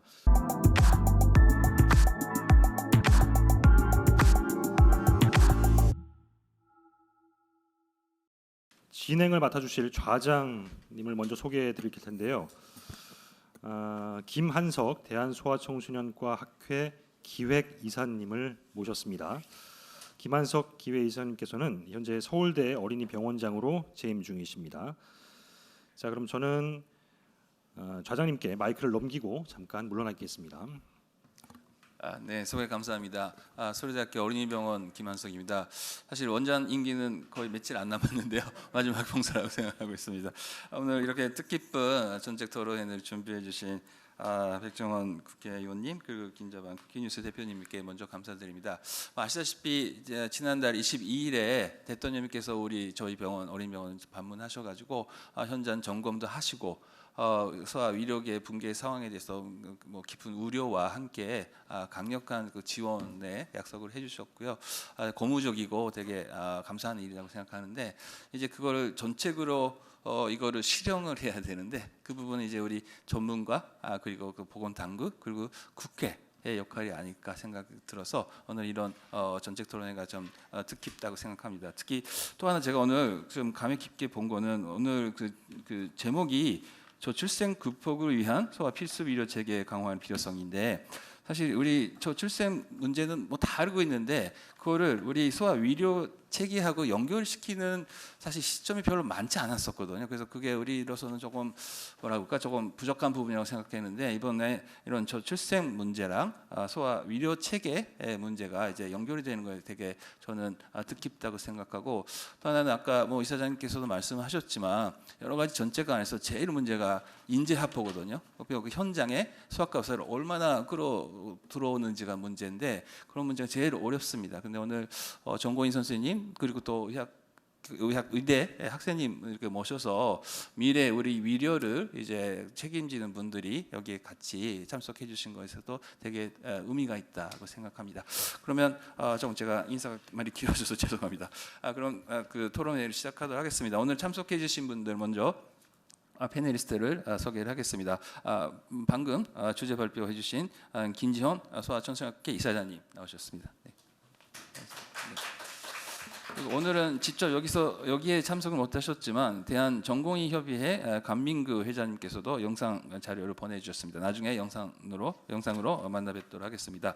그리고 오늘 되게 중요한 인물 중에 한 분인 것 같아요. 제 생각에는 한림대학교 의과대학 3학년 최다웅 학생 선생님 나오셨습니다. 네. 그리고 지금 이런 상황을 좀 담당하는 부서죠. 좀 많이 힘들고 집에도 잘 못 가신 것 같긴 하는데요. 보건복지부 필수의료청과과 이민정 사무관님 나오셨습니다. 오늘 주최하시는 분 쿠키뉴스에서 임지혜 기자님 나오셨습니다. 네. 네, 그러면 먼저 파네리스트 선생님께 한 5분 정도 먼저 좀 약간의 코멘트를 받은 다음에 전체 토론을 하려고 하는데요. 그러면 이사장님께서 뭐 추가로 혹시 5분 아까 그래도 조금 네. 얘기해서 네. 다른 분 먼저 아직 네네. 그러면 순서로 할 때는 어떻게 영상을 먼저 보는 게 난가요? 그러면 그 정공희 선생님이 보내주신 영상 그 코멘트가 있어가지고 그럼 같이 먼저 보도록 하겠습니다. 예, 안녕하세요. 저는 대한전공의협의회장 강민구입니다. 오늘 바쁘신 와중에도 국회 토론회 열어주시고 또 제게 이렇게 발표할 기회를 주셔서 대단히 감사드립니다. 이제 백종원 국회의원님 비롯해서 많은 분들께서 노력해 주셔서 감사드리고요. 오늘 김지용 대한소아청소년과 학회 이사장님 발제를 제가 현장 참석을 못했지만 발제문 통해서 잘 들었습니다. 굉장히 깊이 있는 식견을 바탕으로 여러 토론해 주신 점에 대해서 깊이 감사의 말씀을 드립니다. 저는 이제 오늘 사실은 국회 토론의 이 발제문을 보면서 웬만한 소아청소년과 개선 대책이 많이 담겨 있다고 생각을 합니다. 그래서 이제 그 부분에 대해서 토론을 하지 않는 것이 그러니까 어떤 이견이 있는 것이라기보다는 그 부분에 대해서는 대체로 다 동의를 하고 추가로 이제 전공의 입장에서 어떤 말씀을 드릴지 그 부분 위주로 고민한 것임을 일단 양해 말씀을 부탁드립니다. 예, 발제문을 보시면은 이제 저희가 전공의 시각에서 봤을 때는 우선은 상급 종합병원이 중증 질환에 대한 최종 치료를 목적으로 일반적으로 기능을 하고 있기 때문에 이런 목적을 고려할 때 원칙적으로 상급 종합병원의 기능 유지가 기본적으로 전문의 중심으로 이루어지는 것이 어떤 선진국가에서는 통용된 상식이라고 생각을 하는데 이번에 이제 여러 가지 뭐 사회적 이슈를 다루면서 전공의 모집이 마비가 되지 않았다고 해서 상급종합병원의 입원이나 응급진료가 마비되는 이러한 현상이 펼쳐진 것에 대해서 이제 그런 부분이 전공의 부족만이 과연 원인인가 그 부분에 대해서는 좀 짚고 넘어가고 싶습니다. 물론 이제 뭐 말씀 주신 대로 전공의 지원율의 향상을 위해서도 그런 부분도 당연히 노력을 해야겠지만 지금 이제 발제문에서 저희가 말씀드렸다시피 이제 토론문 통해서 말씀드렸다시피 그런 소아청소년과 전공의 지원율이 사실 단기적으로 급격하게 이렇게 증가할 가능성은 사실 그리 높지는 않습니다. 왜냐하면 이제 저출생이 심화되고 있고 이게 지속되고 있기 때문에 이런 부분은 사실 사회 하나를 바꾼다고 어떻게 해결되는 그런 문제는 아니다 보니까 이제 저희 입장에서도 대책을 내놓는 데까지는 솔직히 한계가 있습니다. 그럼 이제 이런 저출생이 지속된다고 어느 정도 가정을 하고 소아청소년과 전공의가 지원율이 좀 늘겠지만 그럼에도 불구하고 뭐 그런 부분이 좀 부족하다면 어떻게 이 문제를 해결해야 될 것인가? 저는 이런 부분을 같이 고민을 해봤으면 합니다. 그래서 이제 이사장님 말씀대로 저희도 동의하는 부분이 전담 전문의 관련해서 여러 가지 뭐 수가나 여러 가지 지원 등을 해주는 것, 뭐 재정 순증을 통해서 해결하는 부분 그런 부분 당연히 동의를 하고요. 이제 현실적으로 이제 약간은 이제 전공의 시각에서는 조금 더 말씀드리고 싶은 부분은 사실은 이제 병원의 어떤 전담 전문의 채용 인력 기준에 대해서 조금 더 되돌아보고 이를 상급 종합병원 평가에 조금 더 적극적으로 반영하는 그러니까 어떻게 보면은 좀 채찍에 가까운 부분인데 당근과 채찍이 조금 동시에 이루어지는 것이 이 문제 해결을 위해서 가장 좀 단기적인 해결책 아닐까 좀 이런 생각이 듭니다. 예, 그런 부분을 저희가 말씀드릴 수밖에 없는 부분이 있고요.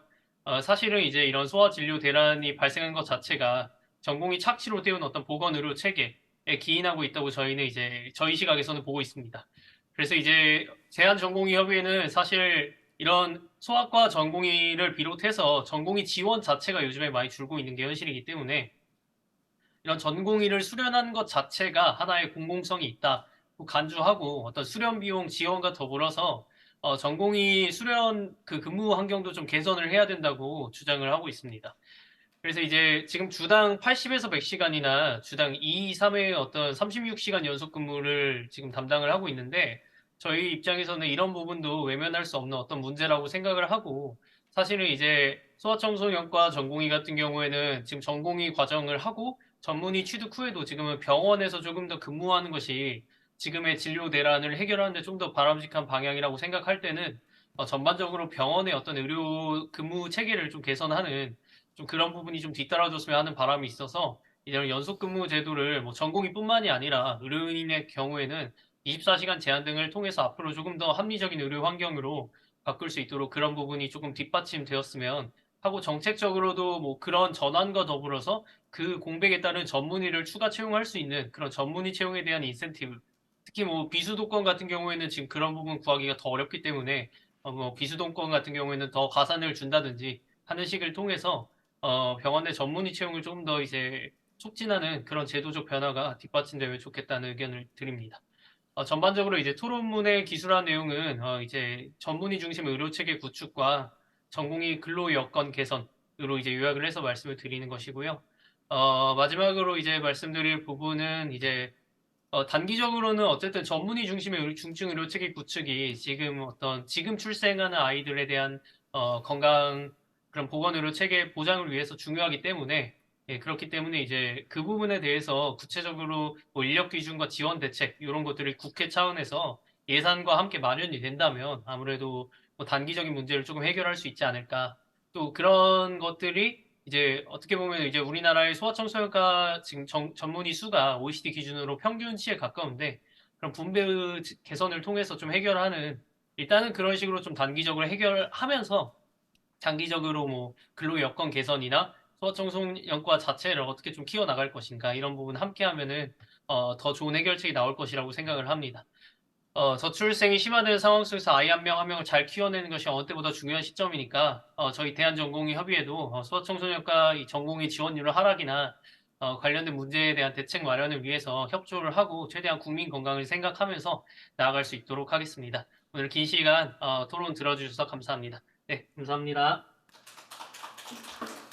네, 그 대한전공의협의회 김감만구 회장님의 말씀이었습니다. 뭐 여러 가지 지적이 맞는 부분이 좀 우리도 좀 뼈아프게 들어야 되는 부분이 있는데 우리나라 의료가 사실은 이제 값싼 전공의 인력을 뭐 좀 파탄으로 그거를 희생시키면서 했던 부분이 없지 않아 있던 거는 역사상 있는 거는 맞는 것 같습니다. 특히 이제 소아의료 같은 경우는 이제 수가가 낮고 또 수익성이 낮기 때문에 그런 부분 그럼에도 불구하고 응급실, 중환자실 치료가 많기 때문에 그런 부분을 많은 부분이 전공의가 담당하고 있었고 이번에 그 길병원 사건도 보니까 전공의가 없어서 바로 이제 응급실을 닫아야 되는 그런 병실을 닫아야 되는 이유가 사실 그만큼 전공의한테 좀 의존하고 왔다 그런 기본적인 문제를 지적해 주신 것 같고요.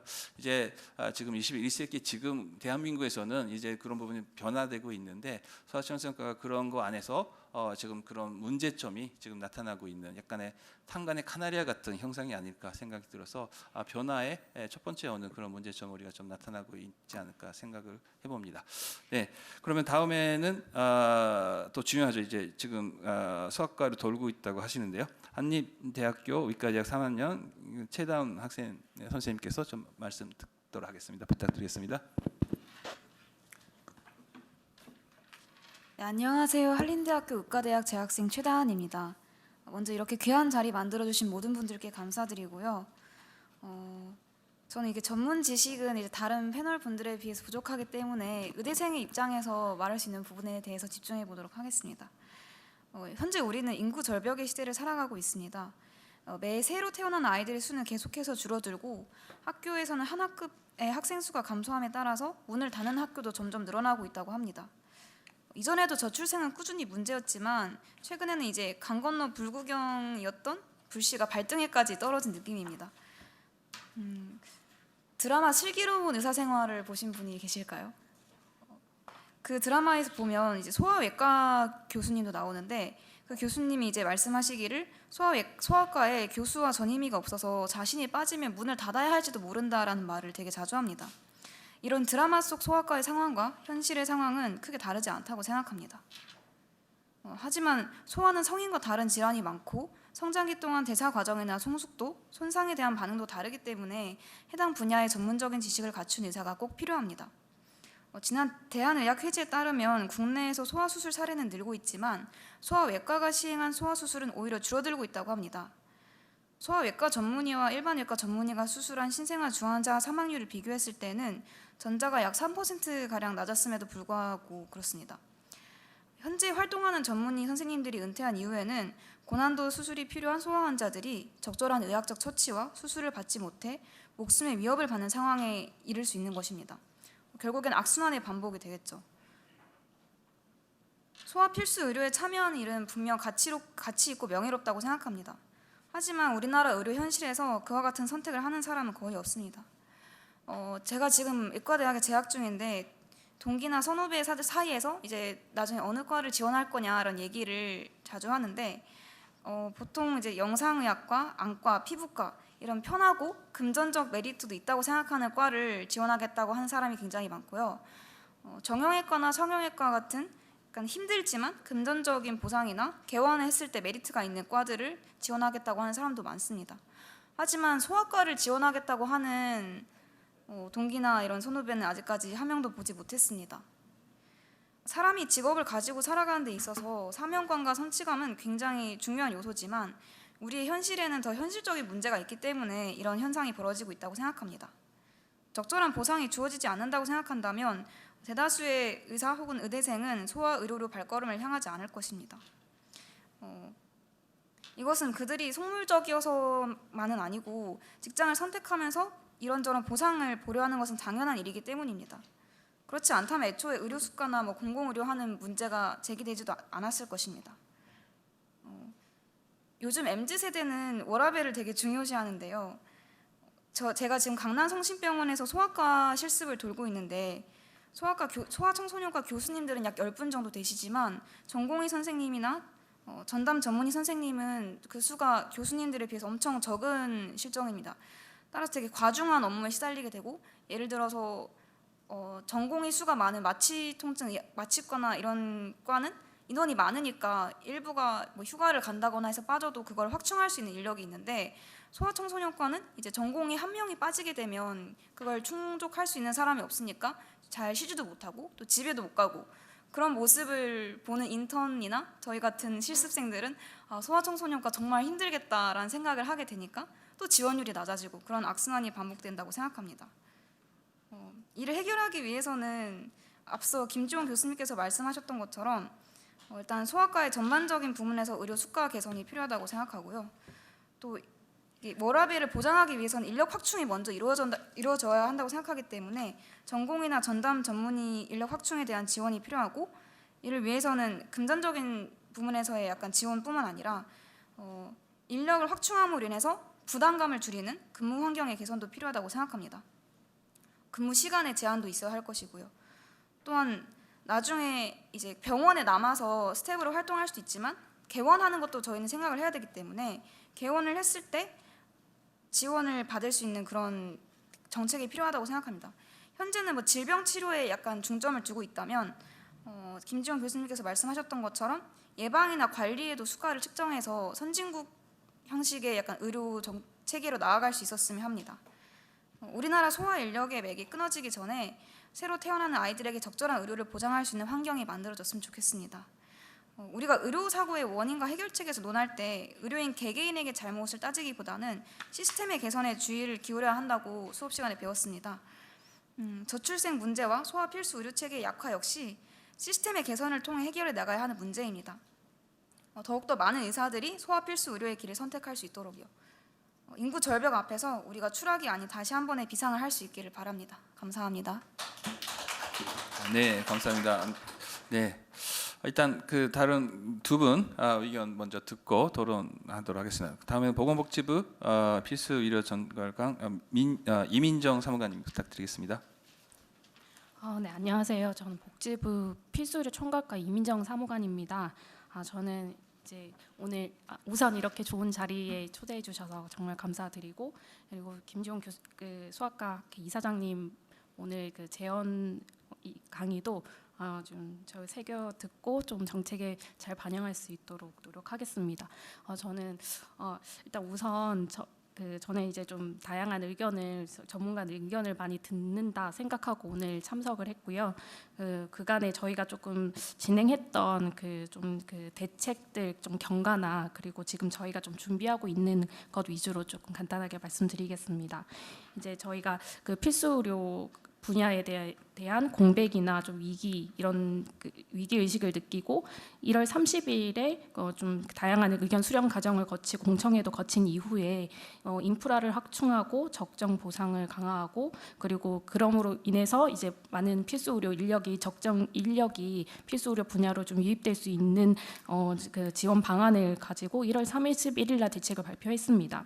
그 이후에 이제 소아과가 지금 좀 급속히 전공의 급감이나 조금 그 기반이 좀 급격하게 약화되고 있는 상황을 고려해서 그런 문제인식을 같이 공감을 해서 2월 22일에 소아의료 체계 개선 대책을 다시 한번 발표를 해서 그 기존의 대책에 담겼던 대책에 조금 방향을 조금 구체화할 수 있는 부분들은 좀 구체화했고 또 보완할 수 있는 부분들은 보완을 해서 크게 중증 소아의료 체계를 좀 확충해서 중증 소아 환자가 좀 차질 없이 좀 치료받을 수 있는 환경을 우선 조성을 하자. 그리고 두 번째로는 최근 좀 그 오픈런 등 좀 많은 사회적 이슈가 됐었던 야간 휴일이나 응급 시간 등등 이제 뭐 소아 진료 시간 좀 취약 시간대에 대한 사각지대를 해소하기 위한 방안들을 좀 담았습니다. 그리고 이제 의료기관의 그 전문의 배치 기준이나 어떤 그 시설이나 어떤 평가 기준 등을 소아 진료 기능을 강화할 수 있도록 지표를 좀 반영할 수 있도록 저희가 개선을 하는 동시에 또 그 의료기관에 대해서는 적정 보상을 함께 동시에 강화하는 방향으로 이런 부분에 좀 중점을 담아가지고 저희가 소아 대책을 좀 마련을 했습니다. 그리고 더불어서 중증 소아 환자나 그 야간 취약 시간대 그 사각지대를 해소하는 것도 중요하지만 그 1차 의료가 또 지역사회에서 하는 역할이 중요하기 때문에 1차 의료 정기적으로 아이들의 건강 관리를 할 수 있는 그런 시범 사업 등등을 담아서 이제 1차 의료도 활성화할 수 있는 이런 방안들도 함께 좀 고민을 해서 2월 21일 소아 의료 체계 개선 대책에 좀 담았던 바가 있습니다.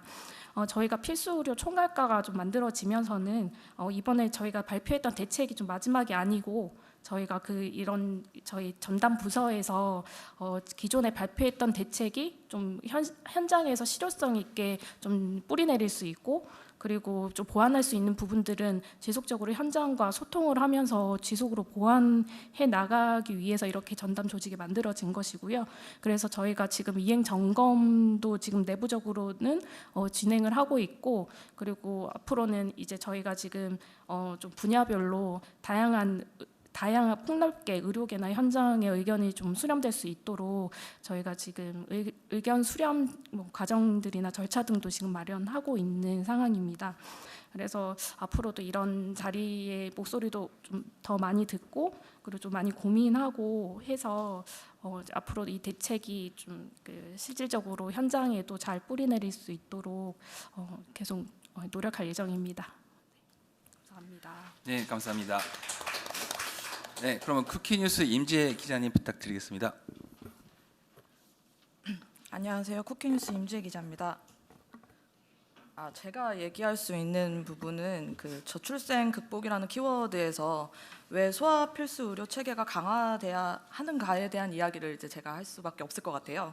왜냐면 저는 이제 새 아이를 좀 데리고 키우고 있는 엄마이기도 해서 제가 아무래도 이 부분을 좀 더 강조를 해서 이야기를 했던 부분이 있는데요. 제가 이 토론회를 준비를 하면서 아이를 키우는 이제 친구들과 그리고 또 미혼인 친구들하고 이 얘기를 나눴었는데 미혼인 친구가 소아과가 부족한 게 왜 출산율하고 연관이 되지? 라고 질문을 하더라고요. 그래서 엄마들이 그때 동시에 얘기를 했던 건 그렇지가 않다. 소아과가 없으면 진짜 아이를 낳고 싶지가 않다라고 정말 한 입으로 얘기를 했습니다.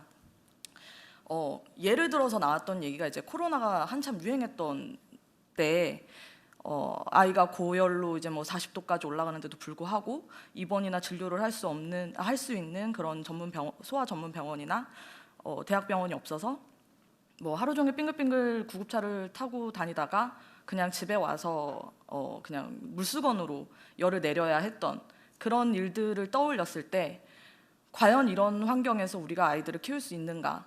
그럼 너는 결혼해서 이런 환경에서 아이를 키울 수 있느냐? 안 낳는 게 낫다라고 얘기를 하는 사람들이 훨씬 많았거든요. 어른들이 얘기를 하실 때 아이를 키우는 거는 뭐 물론 돈도 굉장히 중요하지만 잘 먹고 잘 자고 잘 싸고 이게 제일 중요하다고 최고라고 하시거든요. 근데 이거는 돈도 중요하지만 건강을 해야 된다라는 게 기본으로 이제 깔리는 거고 건강하기 위해서는 내 아이가 아팠을 때 그리고 부모가 아팠을 때 필수 의료를 어디서든 내가 편하게 받을 수 있어야 된다는 그런 사회가 만들어져 있어야 된다는 걸 저는 의미한다고 생각을 합니다.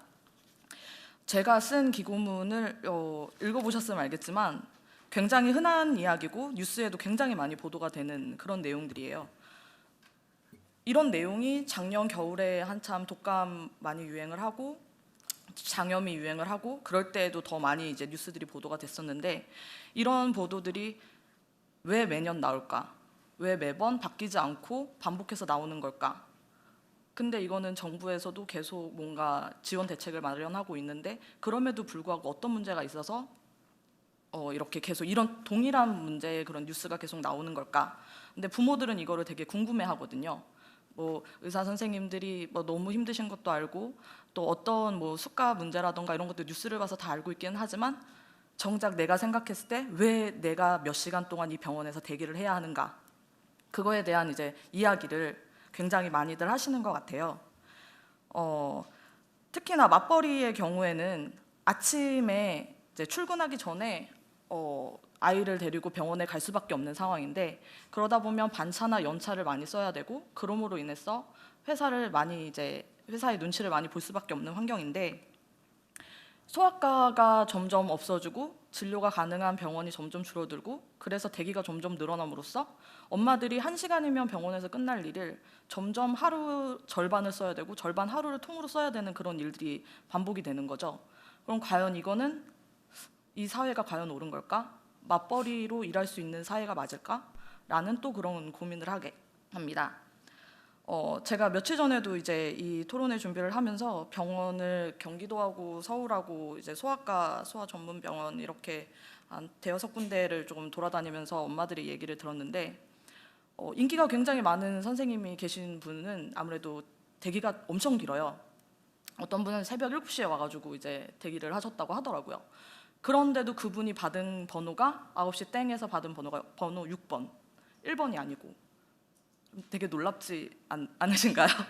저는 너무 깜짝 놀랐는데 그런데도 이 어머님은 10번 안으로 받아서 너무 다행이다.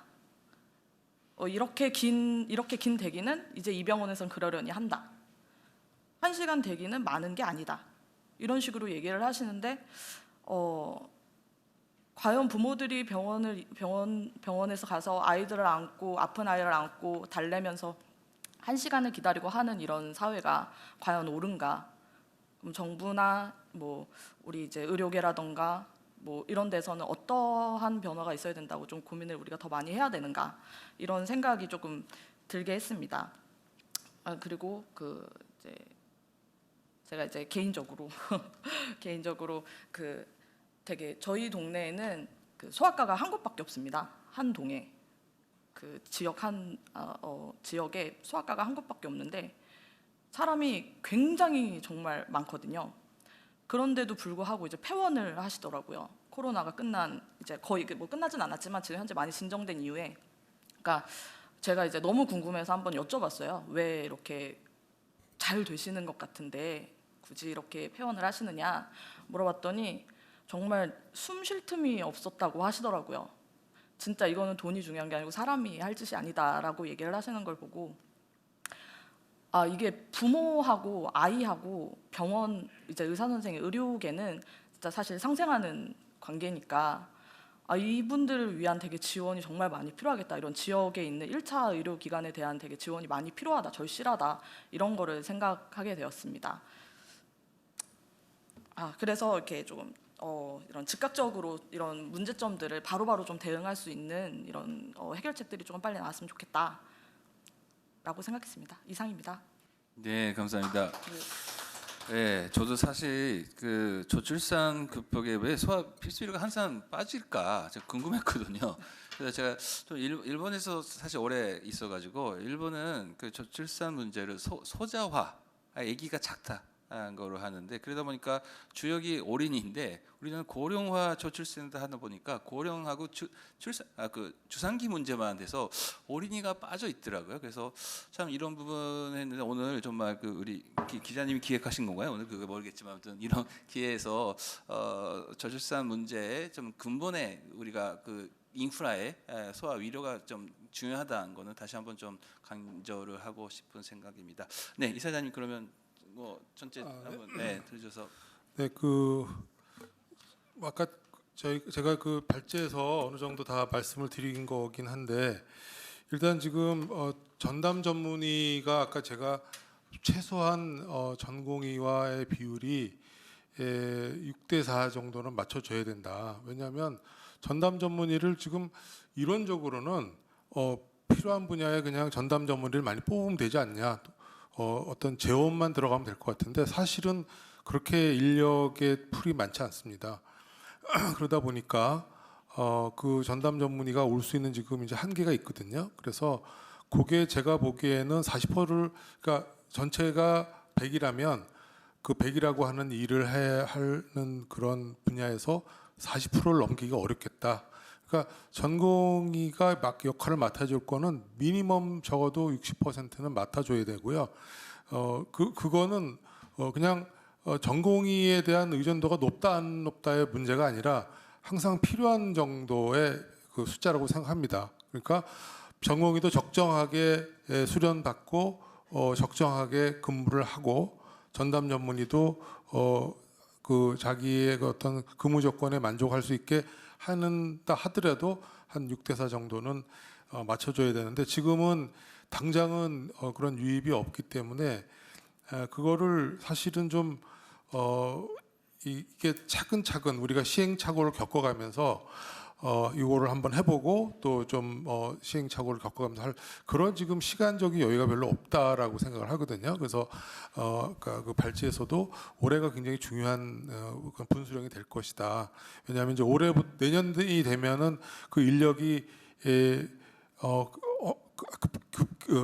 왜냐하면 지난번에 한 7, 80%까지 지원했던 그 연차가 올해 4년차가 남아 있는데 그 4년차가 나가고 나면 이제 전부 평균적으로 다 30%대 미만을 받았던 지원자들이기 때문에 전국의 병원의 전공의가 근무하는 비율이 30%가 안 된다고 보시면 됩니다. 이제는. 그래서 이게 전공의 의존을 지나치게 하는 것도 문제지만 전공의가 들어와서 같이 이게 되지 않으면 돌아가지 않는 게 특히 중증 진료입니다. 그래서 그거는 앞으로 빨리 좀 더 속도감 있게 개선을 해주셨으면 좋겠고요. 1차 진료가 그래서 우리가 많이 그 전문의의 진료를 1차 진료 개원 의원에서 돌린다 하더라도 그게 한 번에 돌려줄 수는 없기 때문에 아까 학생 최다한 학생이 말한 것처럼 자기가 언제든지 개원할 수 있다는 그런 생각을 갖고 있거든요. 그러니까 1차 진료의 안정성이라는 거는 굉장히 중요한 동기부여고 지금까지 그게 제일 1순위로 작용을 했던 게 사실입니다. 그래서 제가 그냥 이거를 한마디로 요약을 하면 엄마 입장에서는 엄마가 모든 걸 책임을 져야 되는 지금 현재 우리나라 상황이란 말이에요. 애가 아프면 병원에 쫓아다니는 것도 그거가 왜 부모가 다 책임을 지고 동동거리고 해야 되느냐. 그거를 제 시간에 제때 제공해야 될 의무가 국가에는 있는 거거든요.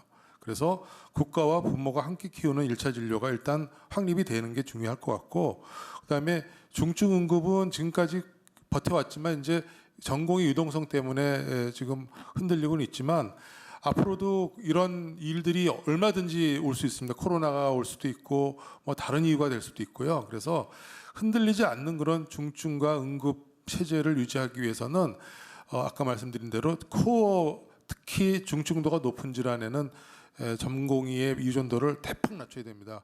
그리고 그 일반적인 진료엔 주로 전공의들이 인볼브를 하면서 수련도 하고 하는 거지만 난이도가 높고 중증도가 높을수록 전문의 쪽의 비율을 높여야 된다는 거죠. 그래서 평균적으로 6대4를 만들더라도 그렇게 해야 되고 그다음에 이제 마지막으로는 이러한 분야로 인력이 유입될 만한 시장성이 있어야 돼요. 근데 우리가 지금 경제 논리로는 절대로 소아청소년과에서 시장성을 만들 수가 없습니다. 결국은 보험의학밖에 안 되는 거거든요. 그래서 이게 공평한 그런 경제 논리의 어떤 게임이 될 수가 없는 그런 상황이기 때문에 그래서 이거는 국가에서 인프라라고 생각하시고 소방서나 군대나 또 이런 그런 공공기관을 유지하고 하듯이 이제는 소아청소년과도 유지가 되지 않느냐. 그리고 그게 유지가 됐을 때 그런 부모들의 시큐리티, 그러니까 안정감이 되는 거죠. 그래서 내가 아이를 낳으면 뭐 어쨌든 큰 걱정 없이 할 수 있다. 그런 안정감을 줘야지만이 이 그런 저출산에 대한 어떤 여러 가지 걸림돌이 있겠죠. 지금 뭐 경제 문제, 집 문제, 교육 문제 있겠지만 의료 문제 굉장히 큽니다. 거기다가 지금 의료 문제가 제일 큰 이슈로 돼버리니까 이거는 굉장히 큰 부담으로 다가오거든요. 그래서 이런 것들을 좀 해소할 수 있는 것이 지금 이번에 많이 제안을 해주신 거는 아이템을 많이 제안을 해주신 거는 정말 감사하게 생각하는데 우리 사무관님께 부탁드리고 싶은 거는 지금 시간적인 여유가 별로 없다. 그리고 두 번째는 이제 고열을 떨어뜨리려면 용량에 맞게 약을 줘야 되는데요. 아스피린을 뭐 해열제를 브루펜을 한 마늘 먹어야 되는데 지금 3분의 1알을 딱 주고 열 떨어지는지 보자. 안 떨어지네? 그럼 3분의 1 더 줘. 이렇게 하면 안 된다는 거죠. 제대로 된 용량, 뭐 오버도즈는 안 하더라도 어느 정도 용량을 준 다음에 열이 떨어지고 그 다음에 안정화 시키고 그 다음에 조정이 가능하거든요. 그러니까 지금 저희 이 소아청소년 의료 진료 체계는 굉장히 어떤 유동성 위기이기 때문에 한번 그걸 다시 좀 흔들 수 있는 충격요법이 필요하다. 그런 충격요법은 지금까지 했던 것처럼 조금 해서 보정하고 하는 그런 정책으로는 원상복귀 되려면 한 10년, 20년 걸릴 것이고 그동안의 불편은 고스란히 이제 환자와 보호자들이 또 짊어져야 되는 거거든요. 그래서 그 문제에 대해서 아까도 두 가지 속도와 강도를 좀 더 강조드리는 바입니다. 네, 감사합니다. 각 파넬리스트께서 각자의 시점에서 말씀 많이 해주시고 하는 부분이 있는데요. 여러 가지 지금 그 문제점 안에서 제일 문제는 사실 인재 확보가 제일 문제거든요. 미래 소아과 의사가 정말 없어질까봐. 그리고 지금 현재는 전공의가 없는 그 공석을 누가 메꾸는가. 그러니까 사람의 유입이 안 되는 게 제일 큰 문제. 장기적인, 단기적인, 중기적인 다 있는데 그런 부분에서 사실 필수 이력가에서도 고민이 많이 하고 계실 것 같은데 일단 이게 그 인력 확보란 게 지금 말씀드린 것처럼 지금 전공의가 좀 많이 떠나고 있는 현장에서 급하게 우리가 전문의나 그런 걸 좀 고용해야 돼서 메꿔야 되는 부분이 있고 그를 인해서 그러니까 그 응급실을 열어야 되고 입원실을 열어야 되는 문제가 있는데 그런 부분에 대한 대책 그리고 또 하나는 이제 젊은 인력이 계속해서 소아과 지금 우리가 1년에 소아과 전공의 TO가 200명인데 200명이 적절한지는 또 다른 문제라고 해도 그래도 어느 정도 적절한 그 인력이 소아과를 이제 전공을 해야 되는데 그런 부분 두 가지가 좀 급한 문제가 있을 것 같은데요. 혹시 필수 이력과에서 그런 부분에 대해서 좀 고민하신 부분 그리고 약간 대책 같은 게 있으면 좀 말씀 듣고 싶습니다. 우선 그 인력 대책은 저희가 그 필수 의료 지원 대책 안에 그 인력 대책에 좀 다양한 그 꼭지들을 담기는 했었습니다. 그 근무 여건을 개선하고 그리고 좀 약간 의료 사고나 이런 것들을 좀 부담을 완화하고 피해자 구제 방안을 함께 마련하는 등 해서 좀 의료 환경을 조금 개선하는 방법 그리고 그 진료 지원 인력 등을 좀 관리를 체계화하는 부분이랑 그리고 이제 적정 인력이 실질적으로 공급되는 방안이었는데요. 이런 방안들에 대해서 세부적인 추진들은 지금 그 의료인력 정책과 비롯해서 소관부서에서도 지금 좀 진행을 하고 있는 것으로 파악하고 있고요. 그리고 좀 실질적으로 그 인력을 공급하는 부분들은 좀 다양한 사회적 논의가 함께 진행되어야 돼서 의료 현안 협의체를 통해 가지고 좀 진행을 해 왔었는데요. 아마 지금 좀 아마 그런 부분들이 좀 또 이런 다양한 지금 논의들이 조금 있는 것으로는 알고 있습니다. 근데 저희가 지금 세부적인 것들도 지금 어떻게 그 각 과제별로 구체적으로 추진되고 있는지는 저희 쪽에서 계속 지속적으로 모니터링하면서 챙길 거라서 조만간 구체화되지 않을까 생각합니다. 네, 조금 인력 문제는 여러 가지 고민 바쁘시고 할 텐데 좀 급한 문제이기 때문에 좀 아직 구체화되는 안이 별로 없는 것 같아서 좀 중요한 부분이라서 좀 한번 검토를 좀 해주시면 좋지 않을까. 플로어에서 혹시 말씀? 이게 그 토론회를 개최해서 감사드리고요. 우리 이민정 사무관님 뭐 건의 겸 여러 가지 제안을 드리고 싶습니다. 아시다시피 그 작년에 아산병원에서 그 신경외과 수술을 못해가지고 이제 한 7개월 지나갔습니다. 그 정부에서 여러 가지 방안으로 뭐 대체를 수리했지만은 우리가 CPR하면 고른 타임이 있거든요. 근데 7개월 동안 나온 계획치고는 응급 상황이나 소아중환자실은 아마 일부는 해결을 했는데 아직까지 에피네프린을 주지 못하고 그 빈사 직전에 있는 상태에서 우선에 필수의료 국장은 지난번에 토론할 때는 올해 연초에 필수의료 국장을 선임하기로 돼 있거든요. 아직 필수의료 국장님께서 안 계세요. 과장밖에 안 되고 그다음에는 물론 과장은 사무관이 아젠다 논의하지만은 좀 기능적으로 회복을 좀 급하지 않은 것 같아요. 제가 보기에. 그리고 의정협의체는 아시다시피 대한의사협회는 의정협의를 구성해가지고 차관이 해가지고 실무대 현장에 목소리 반영하기는 너무 그러니까 119 역할을 할 수 없다고 생각하거든요.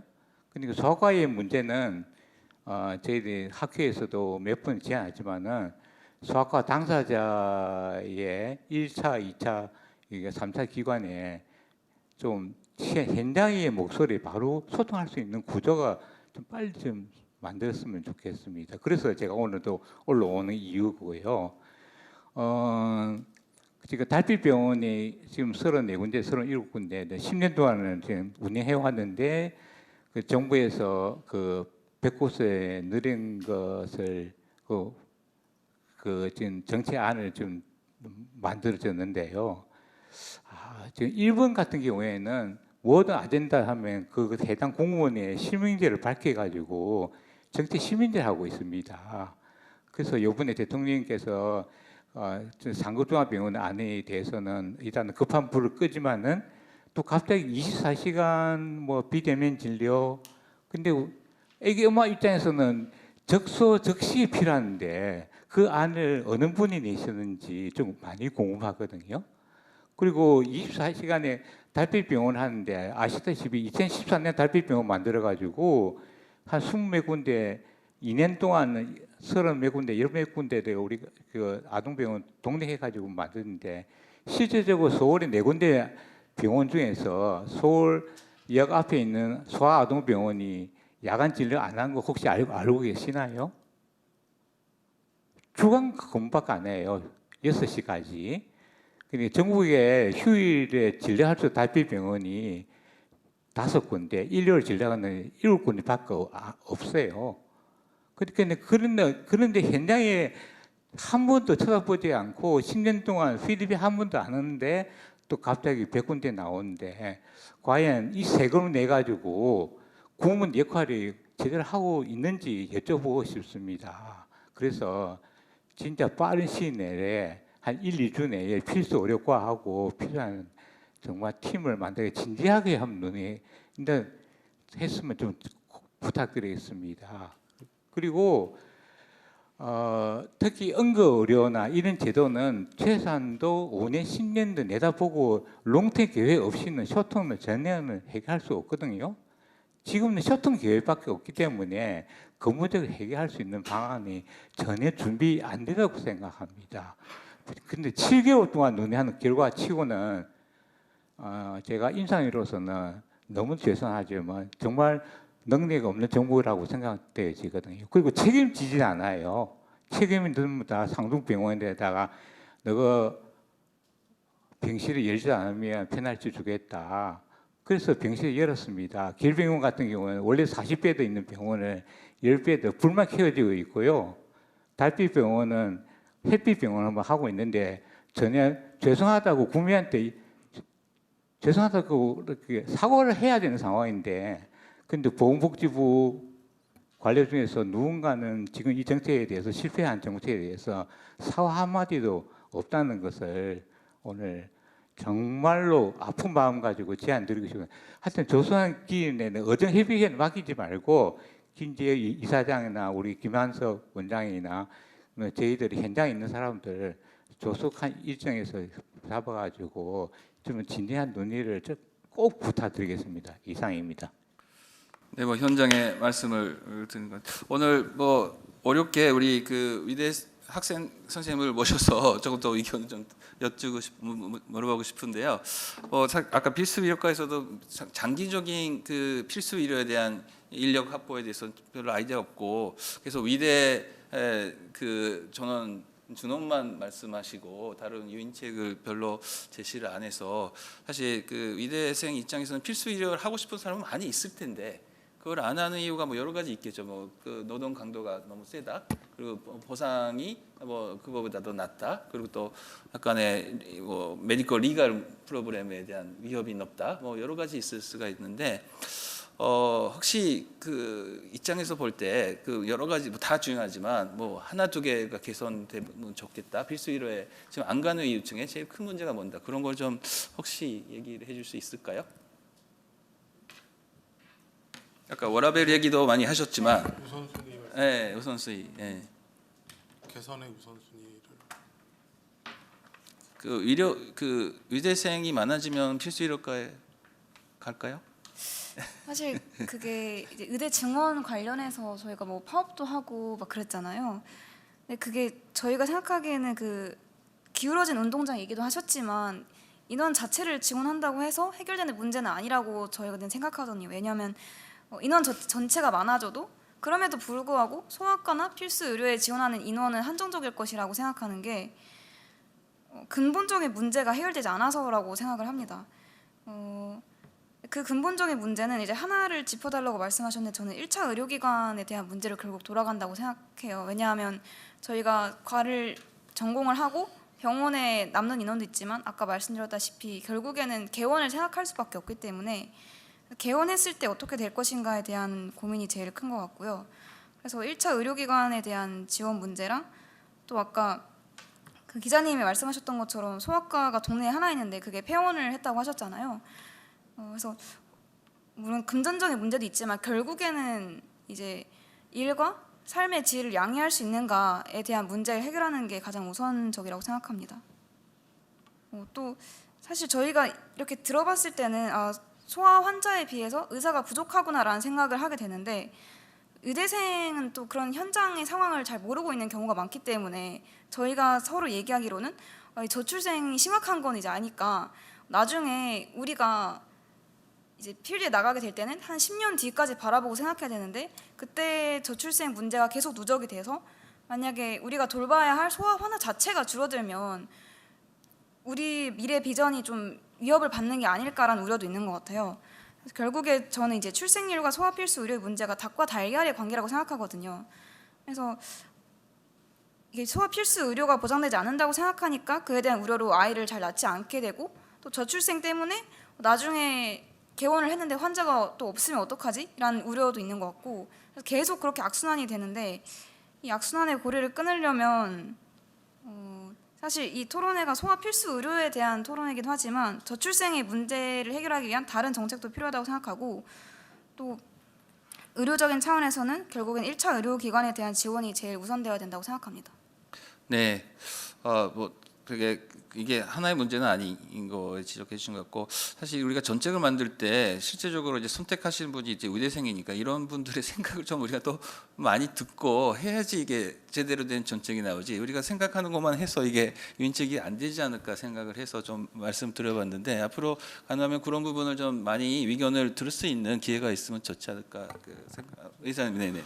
제가 이번에 저희 학회에서 재연을 할 때 인력 유입의 가장 중요한 포인트가 뭐냐, 수요자의 입장에서 바라보아야 된다는 말씀을 거기다 똑같은 얘기를 했어요.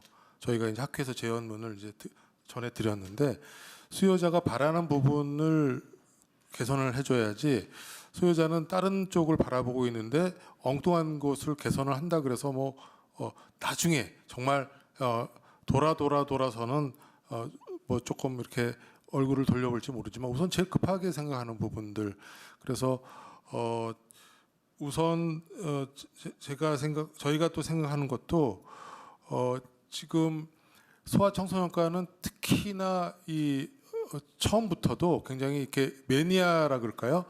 뭐 다른 것 떠나서 일단 뭐 크게 금전적으로 다른 과에 비해서 상당히 메리트가 없다는 걸 알고 들어오는 학생들이 대부분입니다. 대부분. 근데 어느 정도 이제 다른 과하고의 차별이 좀 너무 심하게 지지 않게, 예? 그 정도는 유지가 돼야 되는데 지금은 이제 그 차별이 눈에 자꾸 보이니까 더 꺼리는 것 같고요. 그래서 그런 것들을 보전해 줄 수 있는 거는 결국은 이게 국가에서 좀 보호 정책으로 가셔야 될 것 같고, 저는 그거를 조금 빨리 유도하는 거를 좀 서둘러야 되지 않겠느냐. 왜냐하면 이게 지금 해서 올해 내년도 한 2, 3년 정도 더 이제 이렇게 이 상황이 지속이 되면 그 다음에는 이제 아까도 말씀드렸던 것처럼 그 다음 단계에 올라갈 사람들의 인력 자체가 떨어지고 이제 굳어지는 거죠. 그래서 지금은 코로나라고 하는 특수성 때문에 굉장히 빨리 이렇게 급하게 떨어진 겁니다. 일본이 한 10여 년 전에 거기가 500명을 뽑는데요. 소아과를 뽑는데 10여 년 전에 300명까지 줄은 적이 있었어요. 지원이. 그러니까 한 40% 줄었죠.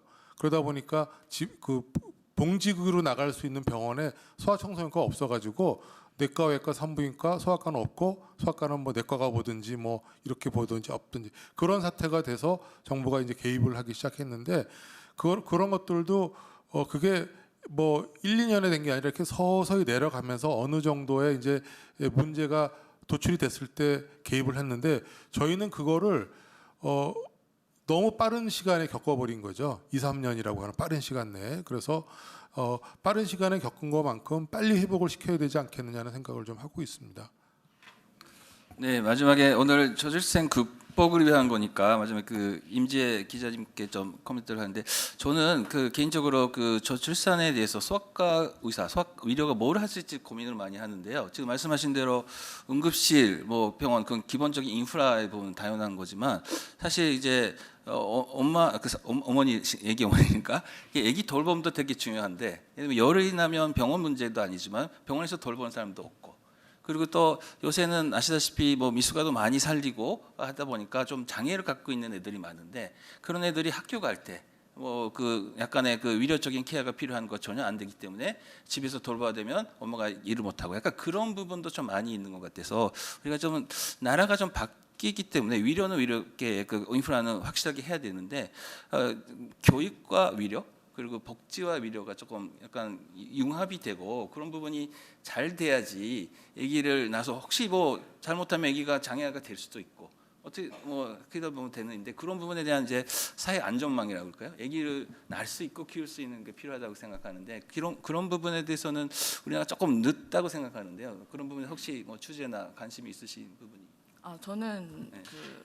제가 썼던 기사 중에도 그 장애 아동에서 관련해 가지고 쓴 것도 되게 많고 제가 어저께까지도 취재를 했던 게 이제 장애 여성의 이제 인권과 뭐 이동권에 대해서 이렇게 얘기를 했었거든요. 근데 이제 어떻게 그 얘기를 하다 보니까 이제 학교 얘기가 나오고 애들이 교육을 제대로 받지를 못하니까 이동권이 이제 제대로 되지 않아서 학교를 나갈 수가 없고 학교에 나갈 수 있는 아이들조차 이제 거기에서 이제 몇 명 되지도 않는 아이들이 거기에서 이제 또 뭐 몸이 진짜 아플 수도 있고 아무래도 이제 좀 장애가 있는 친구들이니까 근데 이제 또 거기서 어떤 뭐 서비스를 받을 수 있는 것도 아니고 그래서 되게 어려움이 많다라고 하더라고요.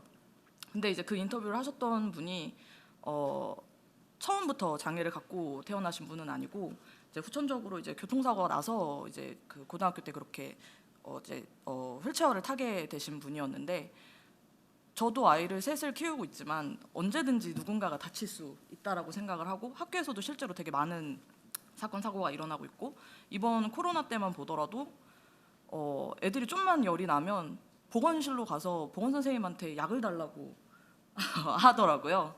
그러니까 병원을 가지 않고.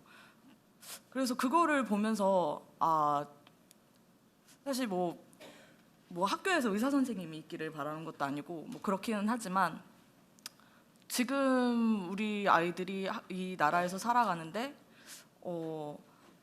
교육 시스템이라던가 뭐 의료 시스템이라던가 지금 뭐가 그렇게 되게 확 잘 잡혀 있다라는 생각은 사실 부모 입장에선 잘 느끼지는 못하고 있어요, 실제로.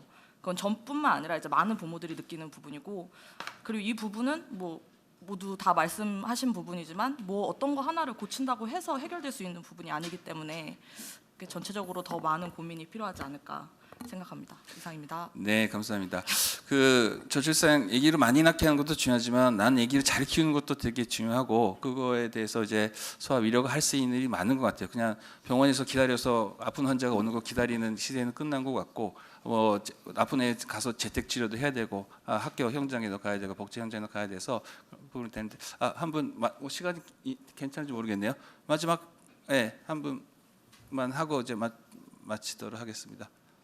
좋은 말씀 잘 들었습니다. 저는 인천광역시 의사회 총무이사를 맡고 있는 조병욱이고요. 현재 지방 국립대병원 응급의료센터에서 소아 전담 전문의를 하고 있습니다. 저 또한 소아 청소년과 전문이고요. 한 분께 질문 또는 코멘트를 드리겠습니다. 아까 임지의 시간이 많지 않아서 네, 짧게 합니다. 네. 임지의 그 기자님께서 말씀하신 그거를 제가 이제 오늘 패널에 계신 걸 보고 기사를 다 읽어보고 왔는데, 시흥에서의 문제, 이제 아이가 접근성에 대한 문제가 되게 크시잖아요. 그 문제를 지금 여기 앞에서 이제 얘기하신 거 대책으로는 해결이 불가능합니다. 왜냐? 이거를 제가 이제 다음 분께 말씀드리면서 할 건데, 소아 필수 의료 체계 강화를 통한 이 정부 지원이나 어떤 국가 체계 상태에서 시스템적인 접근은 센터화를 기초로 하고 있습니다. 즉 권역 기반으로 모으기 때문에 지역 사회에 있는 엄마들의 접근성에는 오히려 더 손해 봅니다. 왜냐하면 접근성이 떨어지죠. 각 중앙에다 몰아놨으니까. 그러면 이걸 해결하는 방법은 결국에는 민간 의료 체계에서는 모든 의사들이 그 서비스를 제공하기 위해서 나올 만한 당근책을 제시를 해줘야 되는데, 사실 그럴 만한 재정 여력은 없죠. 결국에는 이 센터화로 가야 되는 게 필요하기 때문에 그 불만은 아마 앞으로도 계속 지속되실 가능성이 높습니다. 왜냐하면 제가 센터화를 하고 있는 응급의료센터에 있기 때문이죠. 왜 이렇게 말씀을 드리냐? 제가 지금 지역 거점 권역 소아 전문 의료센터에서 일을 하고 있는데, 필수 의료를 담당하는 전담 전문의로 거액의 연봉을 받고 일을 하기 시작했습니다. 무슨 문제가 생겼냐?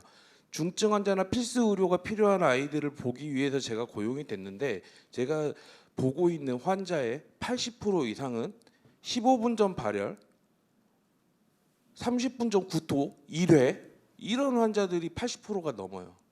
경증 질환이 센터화되다 보니까 경증 질환이 병원으로 많이 지역 센터로 많이 오게 되거든요. 갈 곳이 없으니까. 그런 문제가 발생을 하고 있는 게 지금 현재 이 센터화로 지금 커버를 하고 있는 이 정책의 지금 문제라고 말씀을 드리고 싶고요. 소아청소년과 의사가 부족한 거냐라고 말씀하시면 전 아니라고 말씀을 드리고 싶은 게, 불과 10년 전, 20년 전에는 출생 인구가 70만 명이 넘었습니다. 소아청소년과 의사가 그때보다 많았나요? 많지 않았죠. 그렇지 않습니까? 그때는 더 적었어요. 그 뒤로 계속 배출이 됐으니까.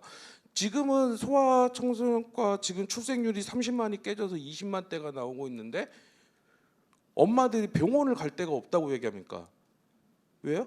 소아청소년과가 부족하대요. 아니요, 부족하지 않습니다. 충분히 있는데 의료 이용률이 증가를 했기 때문에 줄 서서 있는 거죠. 그리고 이 또한 결국에 1차 의료도 마찬가지로 센터화가 돼버린 겁니다. 하루에 의사 한 명이 70명, 80명을 봐야 유지가 되는, 내가 원하는 그 소득을 이룰 수 있는 이 구조가 돼 있다 보니까 혼자 개원해서는 힘들어요. 그래서 2명, 3명이 같이 야간 진료도 하고 주말 진료도 하고 일요일 공휴일 진료도 하는 이 시스템으로 지금 1차 소아청소년과 진료가 유지가 되고 있습니다. 그러니까 한 명씩 개원하고 있으면 접근성이 엄마들이 좋겠죠. 근데 이 2-3명이 하나로 모아져 가지고 센터화를 했으니까 이 지역이 줄어든 겁니다. 그래서 엄마들이 접근성이 떨어지고 몰려서 한꺼번에 가니까 70명, 80명씩 봐야 되니까 아침 9시에 가서도 번호표가 7번을 뽑을 수밖에 없는 이유가 거기에 있는 거예요. 의사가 부족한 게 아니라 수가의 문제 때문에 뭉쳐서 진료를 하는 이 접근성을 떨어뜨린 게 문제라는 거죠. 반대로 이제 이 센터와의 문제에서 수가 문제를 넘어왔을 때 이제 말씀을 드리고 싶은 건 전공의 문제가 있는데요. 병원장님께서도 계시지만 병원장님보다 먼저 그 이사장님께 먼저 여쭤보겠습니다. 전공의가 없으면 대학병원이 안 돌아가는 게 정상입니까? 정상은 아니지만 네. 전공의가 만약에 없다면 유지하기가 어려운 것도 정상입니다. 그렇죠. 그래서 저는 아까도 그 이사장님께서 지적하신 대로 외국의 경우는 전담 전문의들이 대부분의 포션을 차지하고 거기에 이제 전공의들이 들어와서 수련을 트레이닝을 받는 그 시스템으로 돼야 되는데 이 전담 전문의를 고용을 하는 데 있어서 지금까지는 되게 힘들었는데 소아청소년과가 가장 큰 문제가 생긴 게 이 인력 구조에서 문제가 생겼습니다. 전공이 아니면 교수밖에 없는데 다른 과들은 중간에 펠로우들이 많이 있거든요. 전임이 수련이 하는 그런 펠로들이 많이 있는데 그래서 교수하고 전담 전문 그 전공의밖에 없어서 교수님들이 정년이 되기 전까지는 병원에서 고용을 하지 않으니까 고용이 안 되는 거예요. 그래서 전문의가 병원에 교수 말고는 없는 거죠. 그것도 연로하실 때까지 기다려야 자리가 하나 나오니까. 그래서 제가 이 문제를 전에 다른 병원장님께 여쭤봤는데 여기 좌장 계시니까 여쭤보고 드릴 말씀은 본인의 연봉보다 전담 전문의의 연봉이 더 높은 거에 동의하실 수 있나요? 그게 사실 지금 아주 중요한 문제는 아닌 것 같고 뭐 선생님의 그건 알겠는데 이미 그렇게 되고 있고요. 실질에서. 그래서 이게 왜 중요한 그거에 대해서 문제냐면 저한테 질문하는 게 그렇게 지금 큰 의미가 있는 것 그게 왜 같습니다. 중요하냐면 전담 전문의를 할 수 있는 의사는 충분히 있는데 그만큼의 급여를 주지 않기 때문에 거기에 들어와서 일하는 의사를 못 구하시는 겁니다. 사실 그래요. 제가 지방에 내려가서까지 그 거점 병원에서 소아응급센터에 들어가고 있는 이유는 충분한 급여를 주고 거기에 맞는 근무 여건을 만들어줬기 때문에 제가 가서 일을 하고 있는 거거든요. 저도 봉직하고 있었죠. 밖에서 개원하려면 얼마든지 할 수 있죠. 그럼에도 불구하고 그 정도의 급여와 이거 세팅을 해줬기 때문에 일하는 의사들이 나온 거거든요. 마찬가지로 수도권 지역에서 부족하다고 말씀하신 대학병원들도 충분한 급여를 줄 만큼의 유인책을 지금 쓰셔야 됩니다. 지금 쓰셔야 의사들이 들어와요. 그리고 계속 말씀하신 게 빠른 시일 내에 정부에서 대책을 마련해달라고 하는데 지금 돈을 쓰셔서 적자를 보시고 그 적자가 이만큼 나옵니다를 보건복지부에 얘기를 하셔야 이만큼이 우리가 못 주고 있었구나라고 생각하고 보건복지부에서 돈을 주겠죠. 그렇지 않습니까? 보건복지부의 입장은 저는 그럴 것 같은데 수가를 마냥 올려달라고 얘기한다고 주진 않으실 거 아니에요. 그리고 마지막으로 이거의 최종적인 제가 드리는 말씀의 끝. 학생 입장에서 저는 학생 때 그랬거든요. 나중에 대학 교수가 아니라도 정규직으로 정년이 보장된 의사로서의 직장이 있다면 개원의가 버는 만큼의 수익이 아니라도 일할 사람이 있지 않을까요? 거기에 대한 답만 해주시면 이 제 긴 얘기의 끝이 나오실 것 같아요. 네, 제가 아까 그 제일 중요한 문제에 대해서 1차 의료기관에 대한 지원이 중요하다고 말씀드렸는데 저희가 아까 말씀드렸을 때 제가 영상의학과나 마취과에 대한 되게 선호도가 높다고 말씀드렸는데 그 이유 중에 하나가 이제 개원을 하지 않고도 고용될 수 있는 일반 병의원의 TO가 되게 많기 때문이라고 생각합니다. 왜냐하면 일정 규모 이상의 병원에서는 마취과나 영상의학과 의사를 필수로 고용해야 된다는 법이 있기 때문인데요. 그래서 소아과도 이런 식으로 일정 규모 이상에서는 소아과 전담 전문의를 필수로 고용해야 되는 식으로 정책이 만들어진다면 좀 도움이 되지 않을까 생각합니다. 왜냐하면 저희 동네에 소아과가 2개가 있는데 한 곳은 되게 잘 되는데 한 곳은 문을 닫을 정도로 그 환자가 많지 않습니다. 그래서 약간 개원을 할 때 있어서 개원을 했을 때 성공할 수 있을지에 대한 두려움이 크기 때문에 개원도 있지만 봉직의로 살아갈 수 있을지에 대한 그런 보장이 되어 있다면 의대생 입장에서 나중에 소아과를 지원하는 데 큰 도움이 될 거라고 생각합니다. 이상입니다. 네, 마지막에 뭐 좋은 말씀해 주셨는데 문제가 조금 왜소하는 좀 느낌이 있어요. 이게 단순하게 뭐 연봉을 많이 줘서 해결하자 그렇게 얘기하는 거는 사실 그것도 왜곡되는 저는 그 위료라고 생각하거든요. 일시적으로는 그게 되는데 문제가 거기에만 있을까요? 뭐 그러면 5억을 주면 되나요? 10억을 주면 되나요? 그거에 맞춰서 수가를 올리면 되나요? 그거 자체는 저는 약간의 문제 본질 같지만 또 본질이 아니지 않을까 생각을 좀 해봅니다. 그래서 의료 체계는 의사가 뭐 돈 받고 하는 것도 아니고 여러 가지 자기의 뭐 소심도 있고, 근데 그거에 맞는 건 개인이 다르겠죠. 그렇긴 한데 그게 사실 그게 5억이냐 10억이냐 그건 개인 문제이기 때문에 그거를 인류화할 수는 없을 것 같아요. 그래서 뭐 현장에 있으시고 본인께서 하시는 부분에서 의견 주신 거는 맞는데 그걸로 해결하는 정도의 쉬운 문제는 아니다라고 저는 얘기하고 싶고, 일부러 오늘 얘기를 그런 뭐 수익이나 연봉 얘기 안 한 이유가 거기에 있습니다. 그래서 그건 다 하는 얘기예요. 우리가 수학과 의사들이 술 먹으면서 얘기한 뭐 5억 주면 가냐 그 얘기는 하는데, 우리가 술자리에서 하는 얘기가 세상을 바꿀 수 없는 거나 똑같은 수준의 그 밑에 있는 우리의 좀 더 생각해야 되는 부분이 더 많지 않을까 생각이 들어서요. 아무튼 하나의 의견으로서는 듣겠지만 조금 문제를 약간의 왜곡시키는 좀 의견이라고 하는 거 제가